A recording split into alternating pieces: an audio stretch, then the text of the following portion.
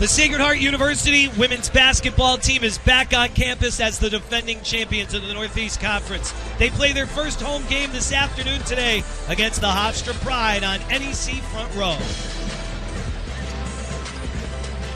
Inside the Pit Center, it is a banner day as the Sacred Heart women's basketball team celebrates last year's magical run through the NEC tournament and, of course, an NCAA win, their first ever. Today, with Freddie Coleman, I'm Randy Brochu, and we're thrilled to have you for the home opener between Hofstra and Sacred Heart.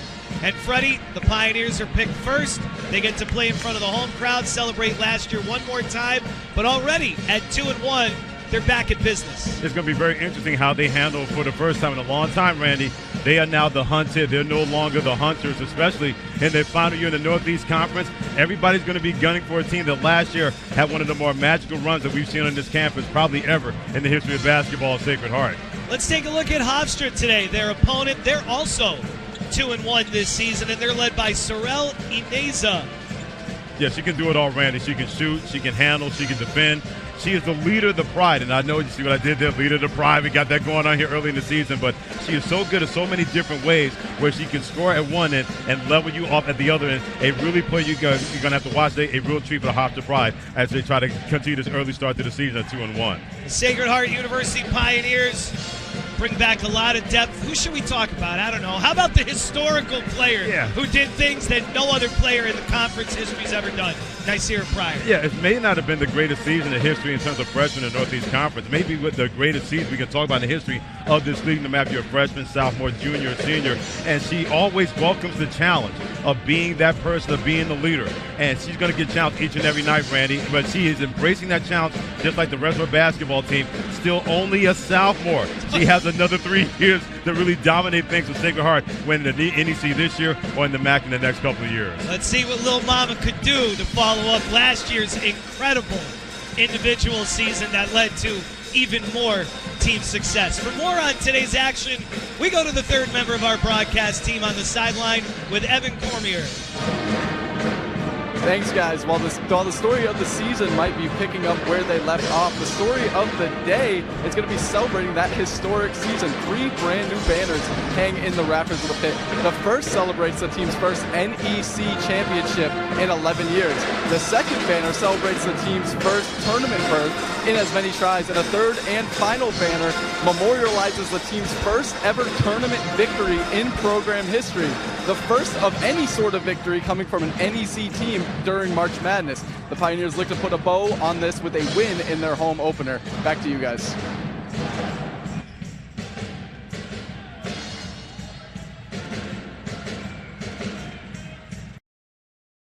Way to put a bow on it yourself today. Again, love the look with that Sacred Heart bow tie from Evan Cormier today on the sideline. The starting 5 for Sacred Heart features Nycera Pryor, of course, Player of the Year. Sierra Brandon, the transfer from Wagner, who came on strong at the end of last season. Sajeda Bonner, the big three-point threat. Sierra Johnson, who also really developed in her freshman year, back for her sophomore year. And Olivia Tucker, who is terrific in the postseason.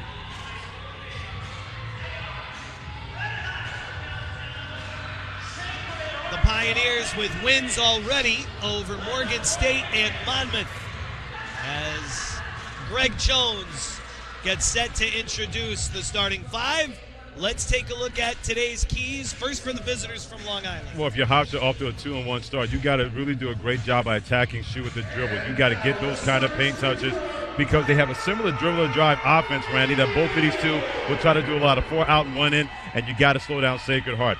She wants to push the pace and get up and down the floor. Hofstra has to make sure that they keep the game in the 50s and 60s. Anything above that, that's going to be a problem for Hofstra. As far as Sacred Heart is concerned, you got to fight through screens because Hofstra will bury you to try to get inside and get to the front of the rim. That does a great job when they have those screens, Randy, to create those kind of space for shooters and also the people that get those front rims to get to the front line and also even have a chance to get offensive rebounds. And if you're Sacred Heart, you got to speed them up. The guards are quicker than Hofstra, meaning Sacred Heart's guards. You got to take them off the bounce in the half court and use the transition game to get clean looks inside or outside. Hofstra's also 2-1, and they have a win over an NEC team. They beat Wagner in overtime for their first victory of the season, and also defeated Delaware State last time out. They lost to VCU to start the year, and again, Sacred Heart with back-to-back wins over Morgan State and Monmouth after their opening night loss at URI. Let's go. Yeah, man. How about that? Home opener, you have your ring ceremony. They had a chance to provide fans at the Pitt Center with light-up replica rings to celebrate the championships, and not having one, not two, but three banners, being pulled down today in terms of winning the NEC championship, having your first NCAA tournament appearance under Jessica Minetti, and also winning the first ever game in the history of Sacred Heart basketball in the NCAA tournament when it comes to Division I. Unfortunately, the banners are, there is a little technical issue with them. That'll get fixed. It'll be fine. They'll hang here forever. It was a lot smoother, I guess, winning these banners than actually unfurling them. Yes, I'm sure the facilities manager is not happy by the way that things happen, but you're exactly right, Randy. Having those banners up there, Coach Minetti even talked about that's something they can look up to and say, that's how far we were able to go to win a championship, but we still have a ways to go because that was last year. We got the added pressure this year being the defending champion in the Northeast Conference. And listen, those banners from the past have hung over them for a while now. This was a program that was historically great in the NEC, winning 3 championships before Coach Minetti got here. Jess Minetti and her squad winning it last year. A 4th banner hangs, and they won a 5th in their final season in the NEC. Sierra Brannon will take the opening tip for Sacred Heart. She goes up against Zaya Swint, and it's the Pioneers in possession with Brannon, who Coach Minetti praised for her work this offseason, try to turn herself into a starter that'll see significant minutes. Sorel Ineza feeding inside. Brannon defending Swint. That's going to be a matchup all day. And there's one of those hard screens you were talking about, Freddie. And it was a great job by Sierra Brannon, not only with the initial pressure, but then Sierra Johnson did a great job getting into that spot, not allowing her to try to get inside to get at Pill's position. Sierra Johnson did a really good job not being moved at first, holding her ground and drawing that offensive foul in the half-court set against Hofstra. Brooke Anya whistled for her first personal and the team's first. Anya from D.C., averaging 8.3 points a game. Here's Olivia Tucker. The kick out and a 3 for Sierra Johnson, the sophomore from Richmond. Had 12 points in the NEC championship game last year.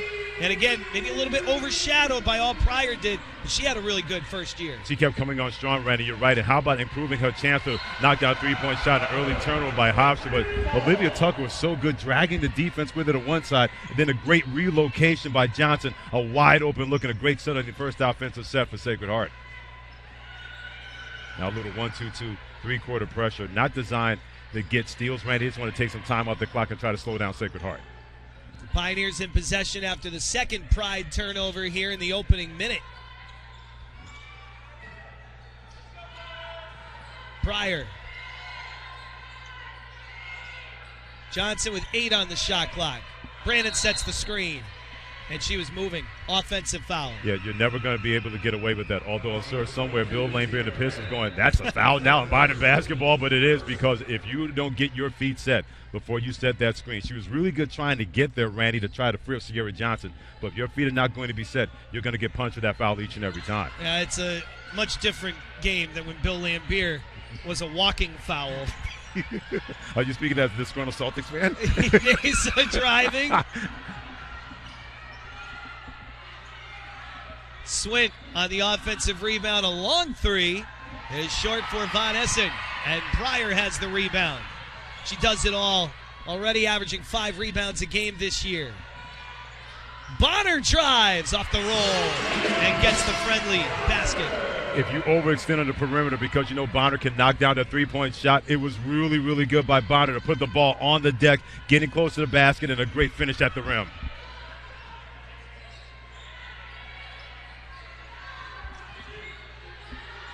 Pride looking for their first points. A 5-0 lead for Sacred Heart.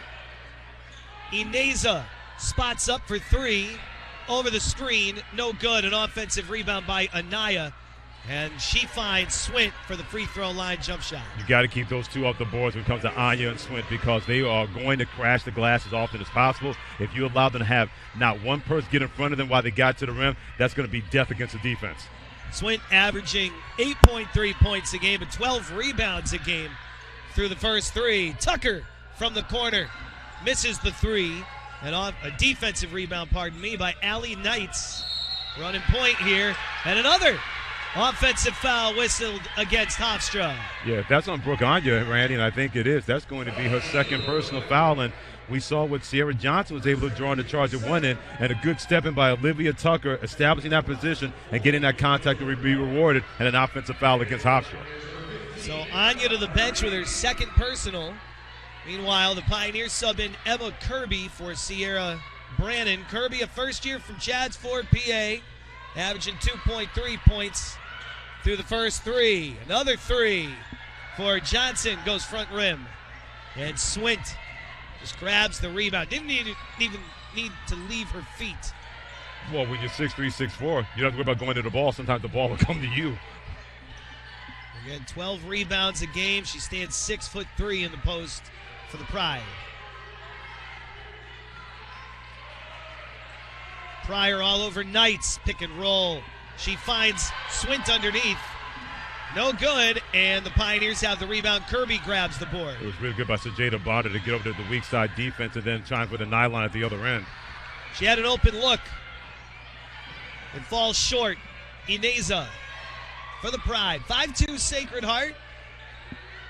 A little more than 3.5 minutes in to the home opener for the Pioneers. Von Essen, spot up three. Nope. Offensive rebound, Kaylee Joseph Bernard off the bench.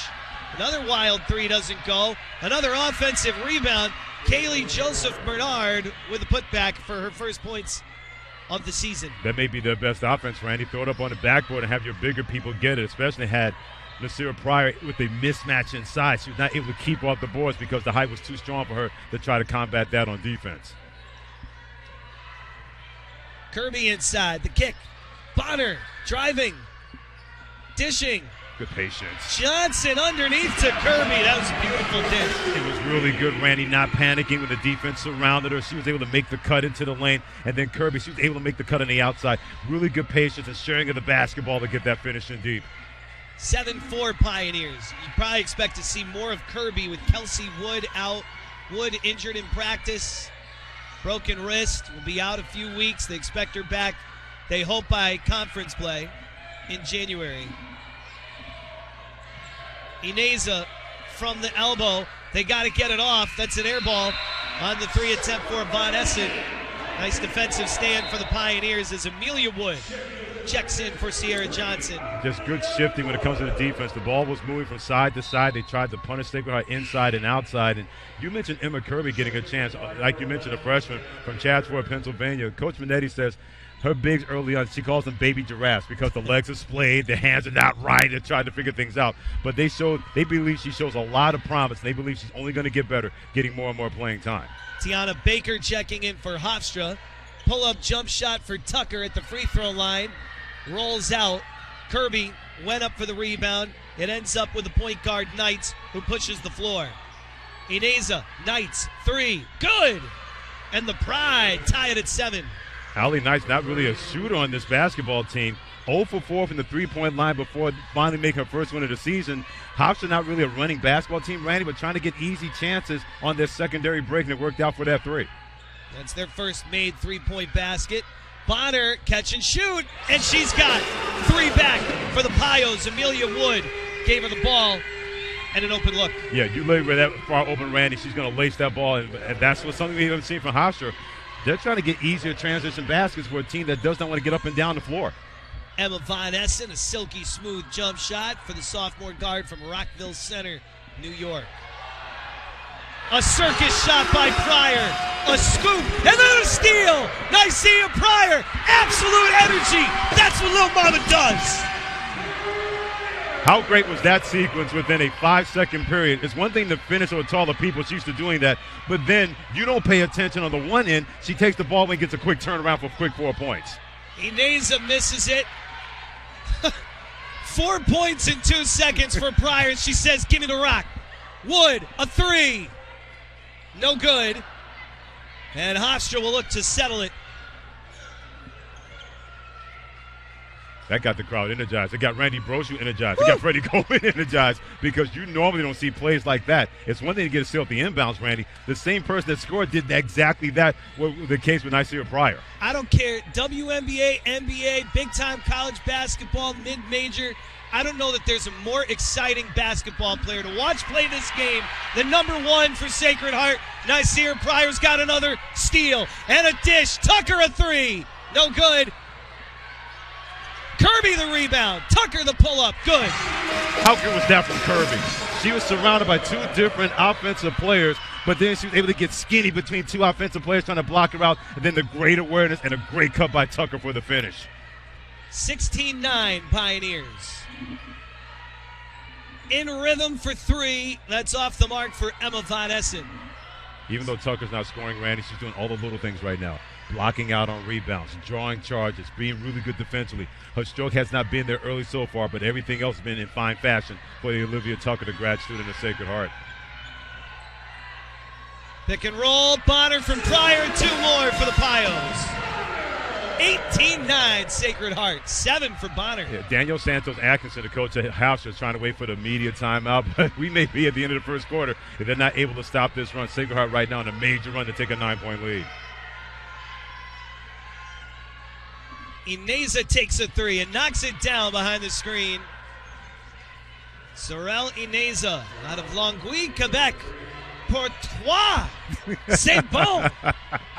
And a little poutine on that jumper from out there as well by Ineza. Bonner the drive, and she gets fouled. Kayla Joseph Bernard on the help defense commits it. And I love the fact that Bonner doesn't settle, Randy. You know she can knock down that shot, but she's so good going to either hand by getting the dribble and putting the ball on the deck and getting a chance for an easier shot. We're off to a fun start. 1:31 left in the first. Sacred Heart leading 18-12 over Hofstra behind energized play from their leader, Lil Mama Nasir Pryor. Yeah, who needs the NFL? We got Lil Mama on a Sunday. You want to go into the sports communication and media field, there isn't a place that's located in a better spot in the country than Sacred Heart. You'll learn how to do every single job in the sports industry and give yourself the best chance to get hired right out. We can offer this at a master's level that really makes sense. So people can come here for one concentrated year and come out ready to work in the sports industry. We're here for lifers.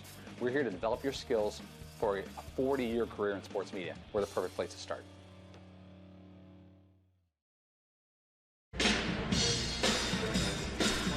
Hofstra on the road today, down 18-12. Picked 12th out of the 14 teams in the preseason CAA poll. Danielle Santos Atkinson, their head coach, a great player in Florida. Yeah. And really quite a resume in her 5th season as the head coach at Hofstra, where she was an assistant for 4 years. Also an assistant at Pitt, Florida State, Kentucky, and Illinois State. It's amazing that she and also Coach Minetti, they worked for a year at Hofstra together. And even Coach Minetti, when I talked to her yesterday, she talked about in terms of so many similar things she sees on offense that Hofstra does, that Sacred Heart does. They play more to their big people. Therefore, out one that's more geared to the bigger people. Hofstra knows that Sacred on the other side will play through their guards. So it's going to be interesting which kind of style in the 4-on-1 dribble drive offense is going to win out. The interior press, the Hofstra, or the exterior presence that is really, really good so far from Sacred Heart. The first, almost 8 minutes gone here in the first quarter. It is a beautiful thing, right? The world of college sports is a small world. And as you mentioned, Jessica Minetti, the head coach at Sacred Heart for more than a decade now, but 4 integral years as an assistant for Hofstra, and she got to this point being a Division I head coach very much because of her time at Hofstra. And how weird is it, their first home game in your final year in the Northeast Conference is a place where you were an assistant when it comes to Jessica Minetti. And I even asked her, I said, how weird is it going to be that this year final year in NEC? She said, it's bittersweet because my first coaching job was in this conference, in the Northeast Conference, and now you're kicking off your final season with the champions, trying to make it back-to-back champions. So a lot of emotions going through her individually and also collectively as a program, Sacred Heart, that found her year in the Northeast Conference. Bonner's at the line coming out of the media timeout. These are the first free throws of the game. You know, the band's playing, first quarter's rocking, crowd's involved, then like that eerie silence hushes. And I wonder if sometimes that messes with a player. Well, I don't know if it messes with a player or not. As Bonner goes 1 for 2, but Sacred Heart, whether it's noisy or not, they're 61% from the free throw line as a team. So they need to find some kind of hypnotism to get better at the free throw line after a bad start to the early part of the season so far. Amelia Wood on the ball defensively, but a corner three goes up. No good for Selma Markisic. And we got a jump ball called. And no matter who they are, it doesn't matter, Randy, if it's inside or outside, if you don't block out somebody, they are going to attack the glass each and every time. It was a really good battle inside as Wood was able to get her hands on it. But you got to be secure at the basketball. But the best part about doing that, you got to make sure that no one gets a free run at the rim and get an offensive rebound chance like Hofstra just did. Tiana Baker in there out of Rocky Face, Georgia. With the arrow favoring the Pride, she keeps the possession for Hofstra with that effort. Allie Knights. They're going to try to feed it inside. Johnson doubling down. Good work defensively underneath also by Naylise Dudley. First-year player from right here in Connecticut. Recruited out of New London High School from Norwich, forcing the turnover. And it was really connected on defense. Sierra Johnson comes over, and she has that double team, and then a person cuts down the lane, and then you have Pryor taking that away for an easy layup chance for Hofstra.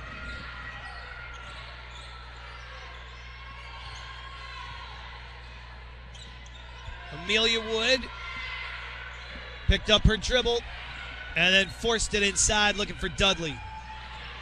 A steal for Hofstra by Fargo. Janaea Fargo freshly into the game. A deep three goes short for Tiana Baker. Sierra Johnson the rebound, and Pryor will go to work. They'll play for one. They got the shot clock in their favor with 20 seconds to play and up 7. And these are the kind of games that will test both teams. We've seen a great test so far, given A for the beginning of this game for Sacred Heart, and maybe about a C- right now for Hofstra being down by 7. Knights on Pryor. 8 seconds. Dudley looking to set the screen. Pryor the spin, keeps it, and scores somehow. It got deflected out of her hands. She found it, avoided the travel, and banks it in for 6 points in the opening quarter and a 21-12 lead for Sacred Heart. I don't know what her motor skills quotient is, but it's extremely high because it's one thing to get stripped, but then to have the great ability, Randy, to not only get the ball back, but then put the shot, knowing exactly where the shot clock was, having that kind of mental and basketball awareness, just unbelievable that we've seen time and time again. She never ceased to amaze the guard from Sacred Heart comes tonight, Sierra Pryor. An impressive opening quarter for the defending champs, Sacred Heart, in their home opener. They lead Hofstra 21-12 on NEC Front Row.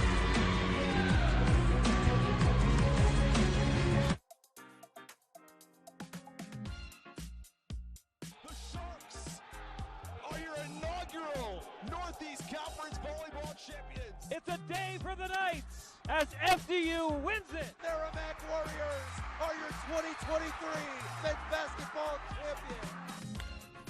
Lofted far down the left field line. It is gone. A 3-run homer. Chambers in lane 5 runs away with it. The Sacred Heart Pioneers are Northeast Conference women's basketball champions. We are excited beyond belief to welcome the Lemoyne Dolphins into the NEC family. Always with her head on a swivel. Sullivan, that is filthy. St. Francis, they win the 2022 Northeast Conference Championship.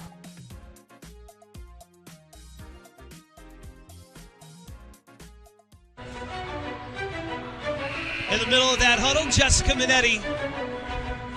After that great run last year, it even 148 and 148, but most importantly, the NEC championship head coach last year and led the Pioneers, of course, that first NCAA win against Southern. Looking to do it again here for a second year in a row in the Northeast Conference one more time. And she knows the added pressure. When she talked with both of us, Randy, she said, yeah, everybody is going to get the best game that we're going to play because they are known. And she told the team, you better be the most prepared and the most focused. And her team understands that. And they've taken pride and ownership in knowing exactly what's going to be in front of them no matter who they play this year. The Pioneers get the possession as well here to begin the second after the late bucket by Pryor. Dudley to her left. What a move. Excuse me. She did everything but finish. That was really impressive. but it rolls out. Yeah, that should have gone in on principle. We said in the playground you should get 1 point just because of that, and then an unforced error out high with that traveling violation. But she was dynamite in the game against Monmouth, Randy. She comes off the bench. She has 8 points, 4 rebounds, and 17 minutes of action. And Elise Dudley is somebody that can play 3 different positions in the offense of Sacred Heart. And with Wood being out, Kelsey Wood being out with a broken wrist, her value becomes really more important coming off the bench of Sacred Heart early on. Mentioned out of New London High School, a Whaler. And I'm sure Coach Minetti is very happy to be able to recruit in-state. It's always great when, not that Norwich is like down the road, right. It's across the state, but still a Connecticut player playing here for Sacred Heart. Well, I think you ask any coach in America, they don't care if they find players on Mars. If you're a good player, they're going to recruit anybody, whether it's locally, internationally, no matter where that player is, you want to try to find them. Hofstra certainly has an international feel. They've got several players from Canada. Ineza, as we mentioned, from Quebec. And then a couple Ontario young ladies. Alarise Gordon from Brampton. And Michaela Carter, also from Brampton. We also have Allie Knights from Australia. I wonder what their recruiting budget is. That's what I'd like to know. There's a foul whistled against Hofstra. Baker rather, whistled for her first personal. And Tiana Baker did a really good job forcing that traveling violation against Sierra Johnson. I think Sierra Johnson realized how much that she had the front shoulder pass the defender, that she had continued to go up. She might have been able to draw a foul against Baker. Baker was good, but I thought Johnson was a little bit better using the dribble to get past her with her front shoulder. Markissick rejected by Wood. Selma Markissick driving, and the redshirt junior from Brooklyn got stopped from the sophomore from Wynantskill, New York. She did a great job, Randy, not only moving her feet, but also seeding the ground, knowing that she had a height advantage and able to get that block shot. Let's go down to Evan. He's on the sideline. Sierra Pryor goes to the bench. The standout sophomore makes her way to the folding chairs for the first time since last Sunday. She tallied 40 full minutes in the win over Morgan State earlier this week. That was a new career high. Randy? Well, it's Sunday. It's a day of rest, Evan. For who? Pryor? No, yeah. no. Well, a day of rest means like 30 seconds on the bench. That's when she looked at Coach. Coach, I'm not ready to go back in yet. And Coach Netti said, I'll let you know when you're ready or not ready to go back in. Brandon looks like she's ready to go back in. Kind of walking down the bench. She just got subbed out for Emma Kirby. Bonner has an open look from the wing, and she rattles in another 3. And it was so good by Sierra Johnson, not only pushing the pace, but being very, very careful, knowing exactly where people were supposed to be, and a great job by Bonner running to her spot. Bonner's second 3 of the day. She's been on point this season early. Now 8 for 15 from downtown on the season. Von Essen pulls up. Kirby defends her shot. Offensive rebound. That is Swint, who ends up landing on top of Johnson. And she got called for the offensive foul. I don't blame her. I'd be exercised about this, and I think when she did that, Randy, when you put the left shoulder into the chest of a defender, even though Daniel Santos-Atkinson is saying, hey, she reached over, but the contact was initiated first. I don't blame the coach of Hofstra for trying to plead her case, but the minute that you lean in like that demonstrably, more often than not, the defensive player is going to get rewarded with the whistle. Swink gets whistled for her first personal and the team's second. Shu doubling up Hofstra, 24-12 here in the second. Kirby and Bonner playing the 2-player game. Bonner back to Kirby. Kirby inside against Swint. No good. But you love that move, Randy. She used the contact and leaned in just a little bit without causing a chance to have an offensive foul called against her. Ineza the drive. Off the window. Swint battling Kirby underneath. Swint will earn a jump ball with the arrow favoring Hofstra. She is hard to move, and when you don't put a body on her, that's what's going to happen. This is somebody who had 21 rebounds already in the game this year versus Wagner that they won in overtime. So her mission, and she always chooses to go after it, is to go after the basketball when it goes up on the boards. If you don't put a body on her, that's what's going to happen against the defense of Sacred Heart. Those 21 rebounds you just referenced, Freddie, against Wagner, the most by a Hofstra player since 2017. Shane Durant did it. What's that now, 6 years ago? Mm-hmm. Give or take a lie or two. Yeah. I would give probably a couple. That's what happens. You get a little older when days start to meld together a lot sooner than you want them to. Olivia Tucker's pass is stolen by Ineza. And she drives. It rolls out. Bonner and Pryor both hustling back, altered the shot. And it was really good by Olivia Tucker because she did a great job boxing out that offensive player trying to get that chance. Pryor goes to work. And misses her first field goal attempt. She was 3 for 3 before that short pull-up. That's usually her sugar, Randy, where she tries to do the crab dribble, back you up a little bit, and then get right to that lane area right around the free throw line. She usually makes that shot in her sleep. Well, the crab dribble, I'm sure very popular where she comes from in Maryland. Good pass. To Bonner. In transition for two. That was a perfect pass. Prior to Bonner and a timeout called by Hofstra. Bonner's up to 13. She has half of Sacred Heart's points. With 6:23 to go in the second, we break as well. For all your hard work, the studying, practices, and rehearsals, you deserve the best for what's next. The best in Connecticut higher education. Outstanding nursing and health professions programs, premier learning facilities and world-class tech labs, a nationally ranked business school, modern residential, social, and recreational facilities, championship D1 athletics, and pro-level performing arts. Make your next step the best step. Apply now to Well, the preseason All-NEC selections are proving why they got their place on that spot. So Jada Bonner with 13 of Sacred Heart's 26 points here in the first half. Of course, Nicira Pryor, the historical freshman season player of the year, defensive player of the year, rookie of the year.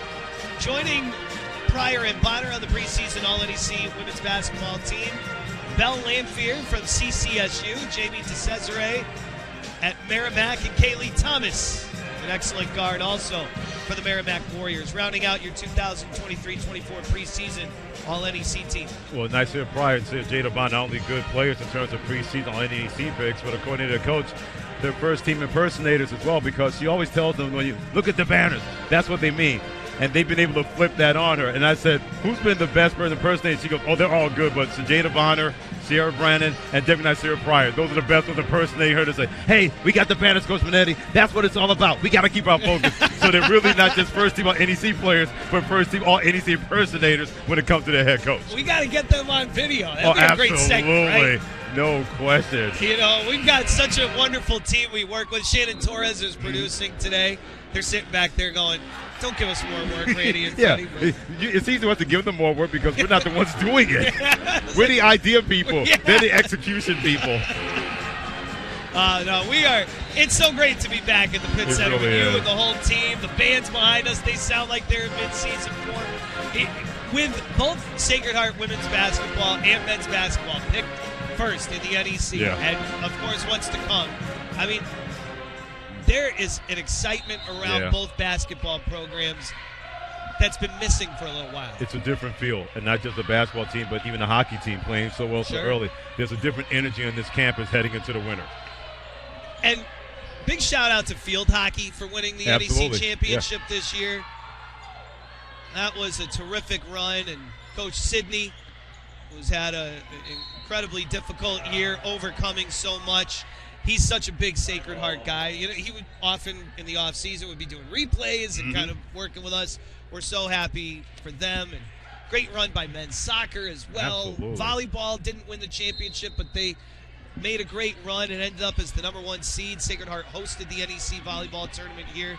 Congratulations, LIU, the champs of volleyball in the Northeast Conference. Pull up by Emma Von Essen is good. Yeah, they needed that one. They had missed their last 11 shots before she knocked down that three to break that drought that they were in. And to go back to your point about competing for championships, that filters out the whole campus because it becomes a competition thing that you don't want your team to not do as well as all the other teams on campus. Good pass. Kirby has it roll out. You think that was a pass, or was that a missed shot by Pryor? I'll give it the benefit of the doubt. In the NBA, that's a pass. Here, it's probably more of a missed shot. Tucker looking to defend the backdoor cut pass by Knights. And that falls. That's good for Hofstra by Sorel Ineza. Boy, they needed that timeout, and that was the perfect time to call by Atkinson because now they got better shots the last 2 possessions. They've been really good defensively since then, so we'll see if that timeout can still have a full effect for Hofstra so far after having this tough start. And pardon me, Emma Von Essen hit that shot. Let's get Von Essen her due. 26-17 Pioneers. Under 5 minutes to go in the first half. Bonner, pull up. Looking for a foul. Kirby trying to save it off Brooke Anya. But it stays in play, and Hofstra looks to push. Ineza, the pass to the wing. Good! Emma Von Essen. Another basket. She's got her own little 5-0 run. It's down to a 2-possession game, and Jess Minetti is trying to squelch this run by the Pride. Yeah, after missing 11 straight shots, what do? You go 1, 2, 3 in a row when it comes to Hofstra inside and out. And all of a sudden, you had a chance now to feel a little bit better. The defense got a little bit better for Hofstra. They made things tougher on Sacred Heart, and now the offense having a bit more flow, a bit more fluidity, and more importantly, shots going down the rope to make those count on that end. 8-0 run for Hofstra makes it 26-20 in favor of the Pioneers. Let's take a look at the preseason poll, and Sacred Heart unanimously picked to win the league for a second straight year. Merrimack, Wagner, FDU, Stonehill, LIU, St. Francis, Lemoyne. The Dolphins are coming. The Dolphins are in the NEC, and the CCSU Blue Devils round out this year's preseason poll. Yeah, the athletic director, Bob Beretta Lemoyne, he goes, we finally get an NEC, and now you and Randy are leaving? Thanks a lot. Some friend you are. I think Lemoyne's a great addition to the league, though. Bonner, a 3. No. The back tap by Dudley keeps the possession alive as Pryor's got it.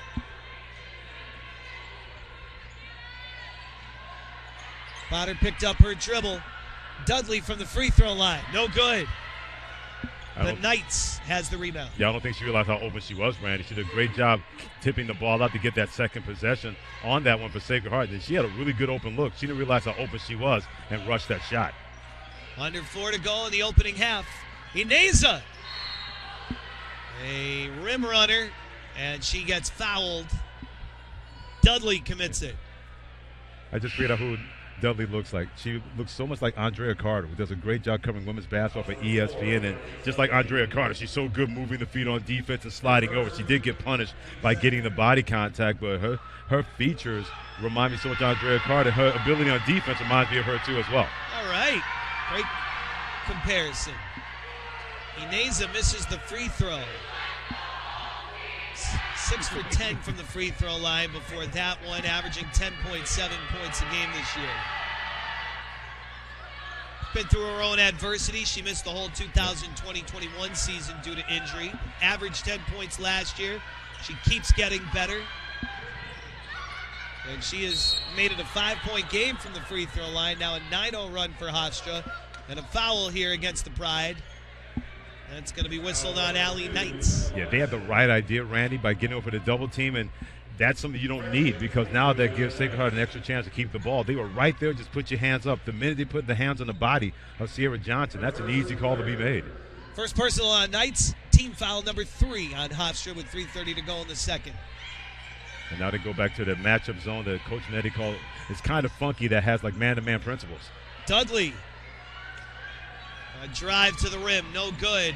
Transition for Hofstra on a 9-0 run, 11-0 run, pull-up jump shot Ineza, and we got a 1-possession game. Sacred Heart's lead down to 3. And now this one you want your stars to step up and make a kind of play to kind of call this run.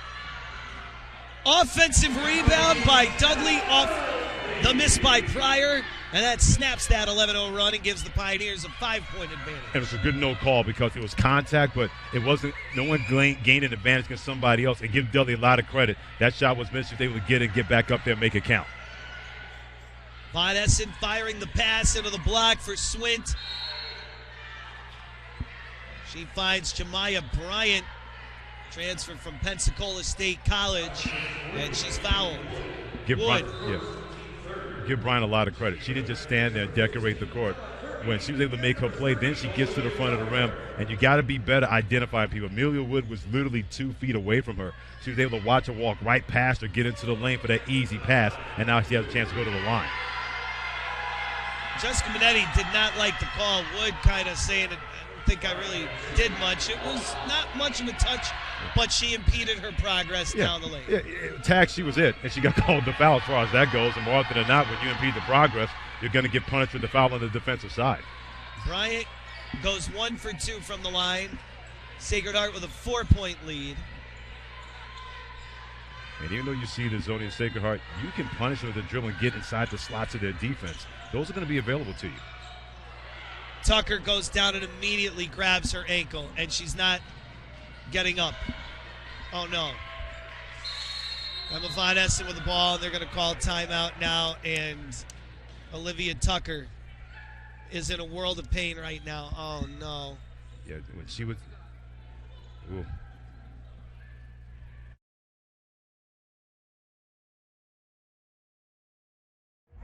Football is the game of life, and it brings a community together. White, black, boys, girls. Flag, tackle. Football can revive communities. That's why I think, football is on the right path. Community with football is very accepting and loving to people who enjoy the sport. Win or lose, they do it as a family. If you want to go into the sports communication and media field, there isn't a place that's located in a better spot in the country than Sacred Heart. You'll learn how to do every single job in the sports industry and give yourself the best chance to get hired right out. We can offer this at a master's level that really makes sense. So people can come here for one concentrated year and come out ready to work in the sports industry. We're here for lifers. We're here to develop your skills for a 40-year career in sports media. We're the perfect place to start.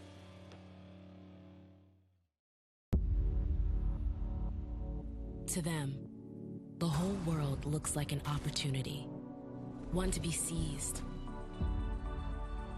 built upon, and made better for their sport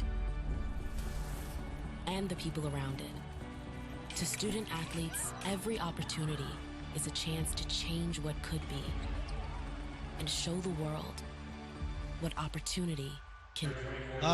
You hate to see what just happened to Olivia Tucker. It appears to be an ankle injury. She's helped off the floor by athletic trainer Chris Liver.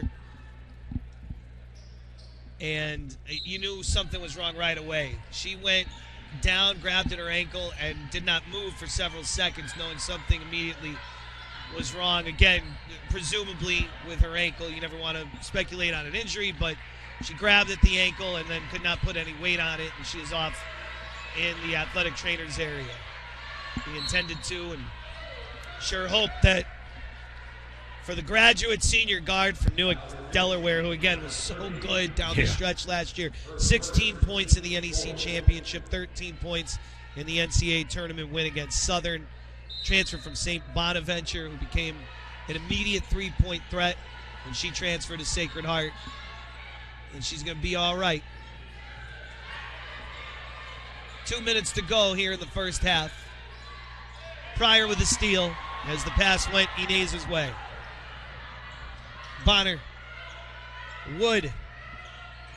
Well, mismatch here. Wood against Knights. Wood wants it. Sierra Johnson goes down. It's a turnover. Transition for the Pride from the baseline. Bryant finds the cutting Swint, 2 more, and Hofstra's within 2 with a minute and a half to go. And I go back to that timeout by Danielle Santos-Atkinson when they were just getting the brakes beaten off of them, and ever since then, everything has been turned up positively at both ends. Behind the back dribble to open up the pull-up jump shot by Pryor. That's too strong. Hofstra can tie the game with a 2 or take the lead with a 3. And they'll go to their screen game again, Randy, where they'll try to get going up the lane, try to get them loose inside and try to use their screen to try to get inside in big people. Swint finds Bryant, no good. Sierra Johnson the rebound. She did a great job, Randy, not only with the defense, but putting her hands up and not causing a foul. Could have been very easy to reach at the offensive player. They'd have whistled her for a foul immediately. She didn't do that. 45 seconds to go in the first half. Kirby with 10 seconds on the shot clock. Wood spins and hits. That was a sweet move from Amelia Wood. Yeah, you got a mouse in the house. You got that kind of advantage of Amelia Wood. You got at least a 6-inch height advantage. It was really, really good that she used her body, but then using the fadeaway, knowing she could shoot over the top of the defender. First points for Amelia Wood. The shot clock off for the Pride. Sacred Heart leading by 4, down to 15 to play. Actually, shot clock goes back on because there's about a half a second differential between the game clock and shot clock. Ineza saving for one shot. 3, 2, steps back. No good. And at halftime, Sacred Heart takes a 30-26 lead over Hofstra to the locker room. How quickly this game turned, Randy. At one point, Sacred Heart a 26-12 lead, and Hofstra, they end that second quarter on a 14-4 run when it looked like they were going to get run out of the building and run all the way back to Strong Island out of the state of Connecticut. So there was so much to like in the first half, but the 14-point lead goes away. Olivia Tucker goes down, and all that good feel of the banner celebration. A couple of incredible plays by Nyseer Pryor that energized the crowd. And it's like the balloon popped. Yeah, and give Hofstra a lot of credit for having the needle to pop that balloon, because it could have been very easy, but you go back to that timeout, you're down 26-12, and then they went on an 11-0 run, and everything completely flipped. They were able to take that energy away from Sacred Heart and put that energy on their side of the ledger, and all of a sudden now we got a competitive ball game going into the second half. Pioneers with 42% field goal percentage, led by Sajeda Bonner on 5 of 8 shooting, 2 for 4 from behind the arc, and she leads all players with 13 points. Pryor held to 6 points, but boy, those 6 points were electric. Yeah, one of the things about that in terms of her electricity, but now she needs somebody else to step up with her and be able to make those kind of plays. If they're able to do that, now you need the Sajeda Bonners of the world. Emma Kirby, I thought, gave them really good minutes in the first half coming off the bench for that basketball team. Those things need to continue. We'll see exactly what they can do, because now all momentum is clear on the side of the Pride of Hofstra. Emma Von Essen leading Hofstra in the first half with 10 points on 4 of 9 from the floor and 2 for 6 from downtown. Let's go to Evan Cormier. Thanks, guys. First of all, Coach, thank you for joining me. An emotional play down in this corner. We saw one of the leaders go down. How does your team come back from this? It's basketball. It's a game of runs. Always is, always will be. So we're going to bounce back from it. They made a run. We made a run. We went up 12. They fought back. We knew that they weren't going to roll over and die. So we're ready to come out in the second half. We'll make some adjustments. We'll go from there. Gotcha. And what can you say about Olivia Tuck? Obviously, we saw an emotional play. How's your team going to respond to that? They're going to respond and come out and play for her. We'll see what happens. We'll see what the trainers say, and we'll go from there. Thank you so much, Coach. Back to you guys. Thank you, Evan. Liz Flukes in her second year as an assistant with Jessica Minetti. At halftime, Sacred Heart leads Hofstra 30-26. And, well, it's going to be a big half of basketball coming up to see how the Pioneers respond, as Liz Flukes said, with one of their leaders going down. Pioneers by 4 at the half on NEC Front Row. Kyle Turner for NECFrontRow.com, here to bring you the latest edition of the NEC 9, the top 9 plays from the past week of Northeast Conference action. Basketball is back, so let's start off with a dunk at number 9, as Lemoyne's Derek Jones Jr. lifts off for the Tomahawk Slam in the Dolphins' home opener against SUNY Canton. By Cleary, and he has Jones up ahead. Get ready. Slams it down with the left hand. And with that slam dunk, a timeout by Canton. Number 8. Wagner's Ramir Moore goes downhill and switches hands at the last second on this pretty layup against Malloy. Here's a 3 by Roseman, in and out. Another big man shooting a 3, not hitting. Back the other way, it's Moore. Ramir straight down the middle all the way to the bucket. With the left hand that time.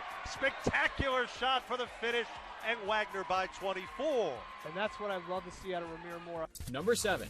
Stonehill's Jada Thornton shows off some exceptional footwork with the spin and layup against Lehigh. Side the arc and now spinning through. That's nice pretty. Take. Jada Thornton now with 8 points. And again, the Skyhawks just hanging around. Minute and a half into this third quarter, trailing by 8. Number 6. NEC Women's Basketball Player of the Week Latoya Baker does it all for Lemoyne here, getting the steal and going coast to coast for the layup and the foul against Stony Brook. And a steal.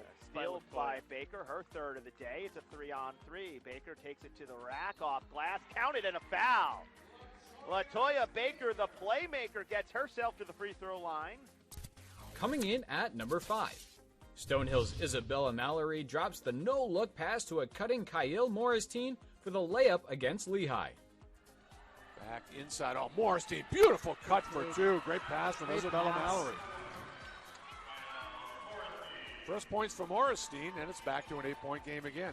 Number 4, Sacred Heart's Alex Almuzara nets the equalizer in the NEC semifinals, firing this shot into the upper 90. The Pioneers would go on to down top-seeded SFU in PKs to advance to their first NEC final. Last year was their first ever, as that's a Sacred Heart goal. Holy smokes, I didn't even see that. Number 3, two-time NEC Player of the Year, LIU's Emil Jaskalainen scores the lone goal in the NEC final, going up high for this powerful header in a 1-0 win that sent the Sharks to the NCAA College Cup. Play of Paniagua, they've been able to get to this point. Holding LIU scoreless with 7 to go in the half. Played in the air and it goes through. Emil Jaskalainen. It was a matter of time, but what a great service and a tremendous finish by Jaskalainen. Coming in at number 2, Wagner newcomer Melvin Council Jr. hammers it home in his first game as a Seahawk at Fordham. Rose. Swatted away by Lewis. Thrown ahead to Council. Council throws it down with authority. Oh, what a D1 debut for Melvin Council Jr. Explosive stuff. He's got a dozen. And now for our top play of the week. LIU keeper Owen Goronsky makes 2 of the biggest saves you will ever see, denying Sacred Heart on a free kick and the ensuing rebound with just seconds remaining to preserve LIU's 1-0 win in the NEC title match. Gets to go, a 4-man wall for LIU. Mateus Dick with the left foot. Sends it in, it's punched away, second ball denied. It'll go all the way to the far corner. Well, folks, there you have it. Those are your top plays from the past week of Northeast Conference action. Fans, don't forget, if you see a great play, let us know on X at NEC Sports or by using the hashtag NEC9. For NECFrontRow.com, I'm Kyle Turner. Until next time.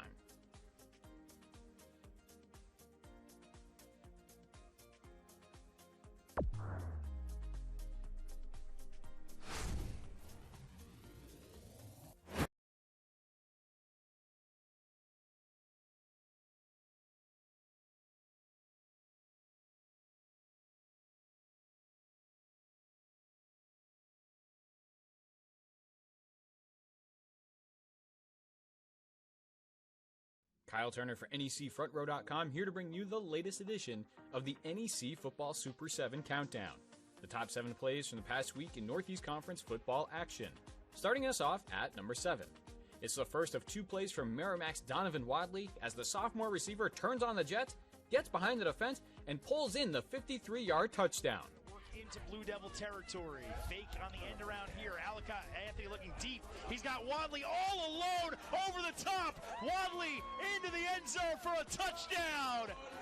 Great 53 job. yards. Absolutely beautiful. Number 6. It's another highlight from Donovan Wadley. This one, he hauls in the 39-yard pass from Malachi Anthony to extend the Warriors' lead. Anthony with an empty backfield. They motion Wadley out. Anthony looking down the field again. He's throwing it deep for Wadley. Into the end zone. It's good. Touchdown, Warriors. Just like that, 39-yard strike. And this Warriors high-flying attack is out today in Andover. Coming in at number 5. Stonehill wideout Chris Domercant takes the end around and gets a great block from Noah Canty on the game-winning 21-yard touchdown run at Duquesne. Domercant in motion. He gets the end around. He has the edge. He turns upfield. He's going to go right into the end zone for the touchdown. Domercant scores the touchdown and Stonehill back up on top. Number 4. Stonehill's Jordan Irvine delivers a crunching hit. Matt Beakey forces the fumble, and Justin Waters alertly scoops up the ball and takes it 17 yards to the house in the Skyhawks win at Duquesne. Running right, cuts back. Ooh, big hit. coming down from the second level to make that, and there's a fumble. Waters with it again, running back the other way. Touchdown, Skyhawks. Number 3, scrambling out of trouble, Duquesne quarterback Darius Parantes jukes a defender and races 34 yards to the end zone. Looking left, nothing there, steps up in the pocket, little shoulder fake, breaks a tackle, first down and more, inside the 10. Touchdown, Darius Parantes runs it in from 35 yards out.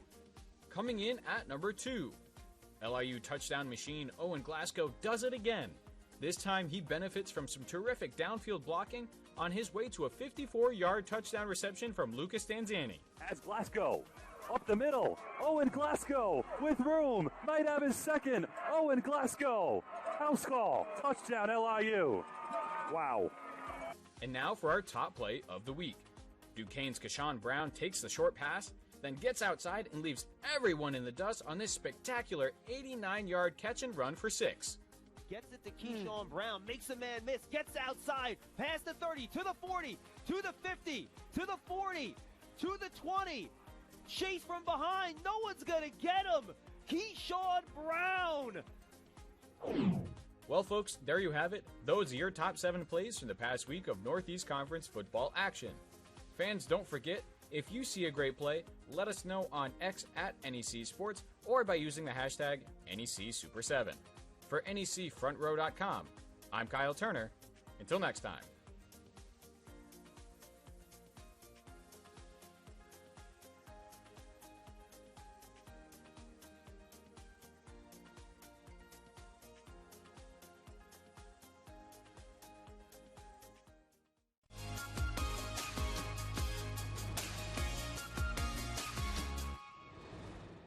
Sacred Heart prides itself on its commitment to innovation. After all, they are pioneers. That applies everywhere, the classroom, the athletic field, and on stage. But the place you can find that the most is in the Idea Lab. Please meet Gabe, a computer engineering student from the Jack Welch College of Business and Technology, who is here to tell us more. Gabe?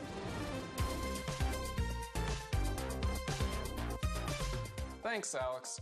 When I was applying to college, I wanted to choose a place that felt like my home away from home, but also inspired me to grow.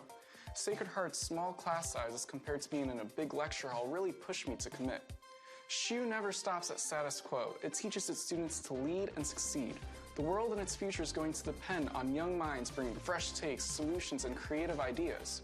At Sacred Heart, we take that seriously through having the right faculty and facilities for students to be at that front. For those of us who are interested, we came together to create what today has evolved into the Idea Lab. IDEA standing for Innovate, Design, Engineer, Apply. It's my favorite spot on campus where I'd spend most of my time working on projects, hanging with friends, and training others in digital fabrication. The lab is equipped with machines ranging from 3D printers to an electronics area with an array of sensors, a characterization lab for performing your own biology and chemistry experiments, and a textile room for embroidering, sewing, and vinyl cutting. It's staffed with experienced professionals and students like me who are there to help you to become self-sufficient in making your dreams a reality. There is truly no better feeling than seeing a project come to life and sharing that joy with the friends you made along the way. Drones are everywhere nowadays, and the engineering program here at SHU really embraces the technology as a teaching tool. Students learn how to design the hardware and tune the software to get their drones up and flying. We're lucky to have a Quanza autonomous vehicle research studio where students have the opportunity to learn how to program the drones and ground bots to complete tasks autonomously. SHU really pushes the idea of helping technology and business meld together by hosting events geared towards helping young entrepreneurs. Welcome back to 5151 Park Ave on the corner of Big Red Boulevard and Pioneer Way inside the Pitt Center. It's the home opener for the NEC defending champion Sacred Heart women's basketball team. They're winning at halftime with Freddie Coleman, Randy Brochu. The first quarter, the Pioneers stormed out of the gate, took a 21-12 lead. But then the second quarter, Olivia Tucker goes down with an injury. Obviously shaken up and shakes up the whole team and everybody, and hopefully she's okay. But also an 11-0 run there by the Pride, We're starting to find their rhythm offensively. We got a ball game here at halftime. One of the things about finding a rhythm offensively, I thought it started Randy with an attitude adjustment, and Daniel Santos Atkinson, when they had missed 11 shots in a row, she had enough of that foolishness to call the timeout. And ever since from that point on, they've been a different basketball team. They made Sacred Heart a different basketball team. So give Cigar a lot of credit. You don't go into halftime not with the lead. But we'll see exactly what they can do to overcome an adverse second quarter and losing Olivia Tucker. So Jada Bonner led the way for the Pioneers with 13 points. Olivia Tucker, she hit a couple shots in as well while in there. Tucker, well, that's 1 for 4 from the floor. But Bonner doing what she does, boy, she has been knocking down threes at such a high rate. 5 for 8 from the floor, 2 for 4 from behind the arc. And she's been incredibly accurate through all 4 games. Yeah, one of the things about that, they were doing a great job sharing the basketball, and Nysia Pryor had her moments in the first half with 6 points, and that's the best moment. That's going to make an NEC. That should be the whole 9, not just 1 through 9, what she was able to do. But 2 things really jumped out to me in this first half. Number 1, the stick-to-itiveness of Hofstra coming back from that deficit. And number 2, they just wore out Sacred Heart in the glass, Randy. They out-rebounded them 23-13, including 9 offensive rebounds.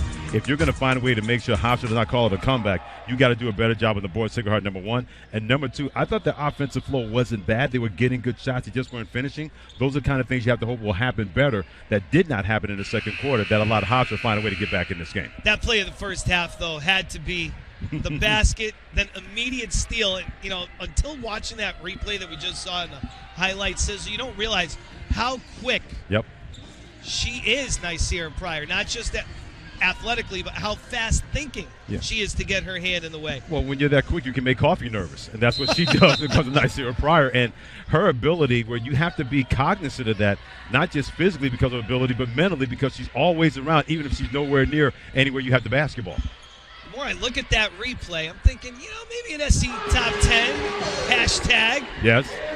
That's a 3 for Amelia Wood. Yeah, she's been so good, Randy, with that relocation. We mentioned she was terrific in the game against Monmouth. 20 points off the bench in 21 minutes of action, including knocking down 3 for 5 in the three-point line. So the Pioneers get 3 right out of the gate here to start the second half. Swint misses on the mid-range jump shot. Pryor secures it. The Pioneers with a 7-point lead and the possession. Awkward. That's a travel. Wood kind of stumbles into Bonner.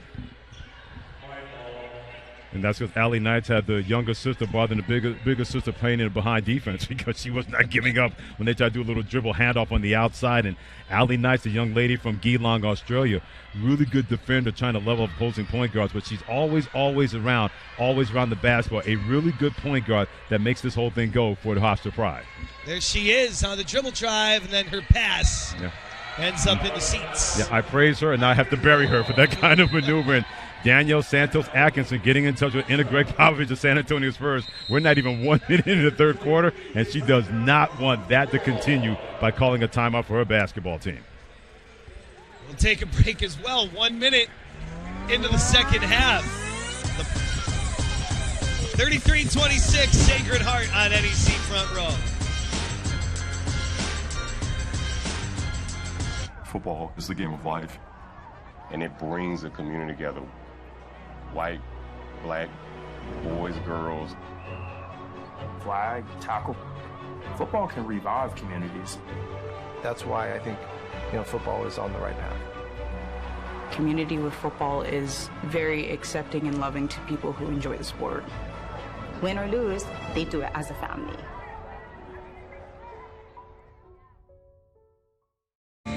It is fitting that Craig Jones is playing Pitbull right now because the Pioneers are looking to running it back.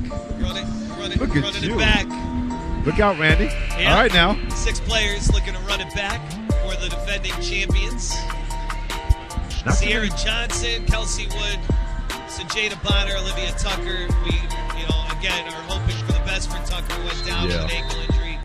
Amelia Wood, Nysia Pryor. Yeah, not too many teams return everybody who is somebody from a championship team, especially in modern times. So many people graduate or want to move on to different teams. That was not the case with Sacred Heart. Wood, a catch and shoot 3.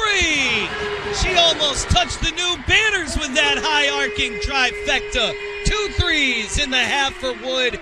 8 points, and a 10-point Pioneer lead. And if you're Hofstra now you got to take that away. She's shown the ability, because that's been her sugar, Randy, her ability to set the screen and pop outside. If you're a tardy on the defense, she makes you pay. Going to be a foul whistled on Bonner here. Her first personal, and that's the team's first. Let's go down to Evan. Thanks, guys. Freddie, you mentioned it. The current state of collegiate athletics, it seems that if you have some success, the whole team leaves. If you struggle, the whole team leaves. That's not the case for the 24 Pioneers. We're returning all 6 of last season's top minute contributors. This is a large reason why the Pioneers were the unanimous first-place pick in the NFC preseason poll. Randy? Thank you, Evan. And, Freddie, I think they're in an interesting place. Knights hits the 3 from the corner. An answer for Hofstra, 36-29, because next year it's a whole new day for the program going to the MAC. Yep. Pryor from the paint, sinks the pull-up jump shot, 38-29 Pios. And to your point, their battle test, remember, they're still a young basketball team. A lot of their main players are sophomores, like Wood, for example, and also Pryor, and also Sierra Johnson. So even though you're going to lose some people, and the defense was right there again by Amelia Wood, but you still got a young basketball team that's been through a lot of rigors, and all, by the way, they have championships on their fingers. Pryor driving, and that got defended by Knight. How's that not a foul? I mean, Allie Knight's coming up a little gimpy on her right ankle, but, that's a foul. She got to that position, Randy. Knight's able to reach her hand at her, so you can't have two human beings make that kind of contact and no foul being called underneath the basket there. Something illegal happened there somewhere, one way or the other. And as always, outstanding camera work also with Pryor and Knight coming right into your living room or wherever you're watching on your mobile device.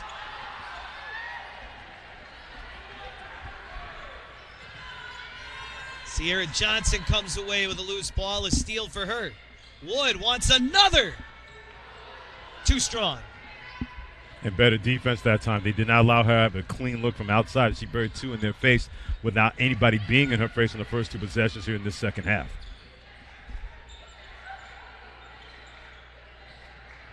Pryor sticks with Knight. Floating a pass to the corner. Ineza for 3. And I think Sacred Heart is so good at trying to commit the help and take away the inside game. Give the shooters a lot of credit, but I think their guards are good enough, Randy. They can keep the opposing guards in front of them. We don't have to worry about maybe constricting or collapsing your defense on the interior.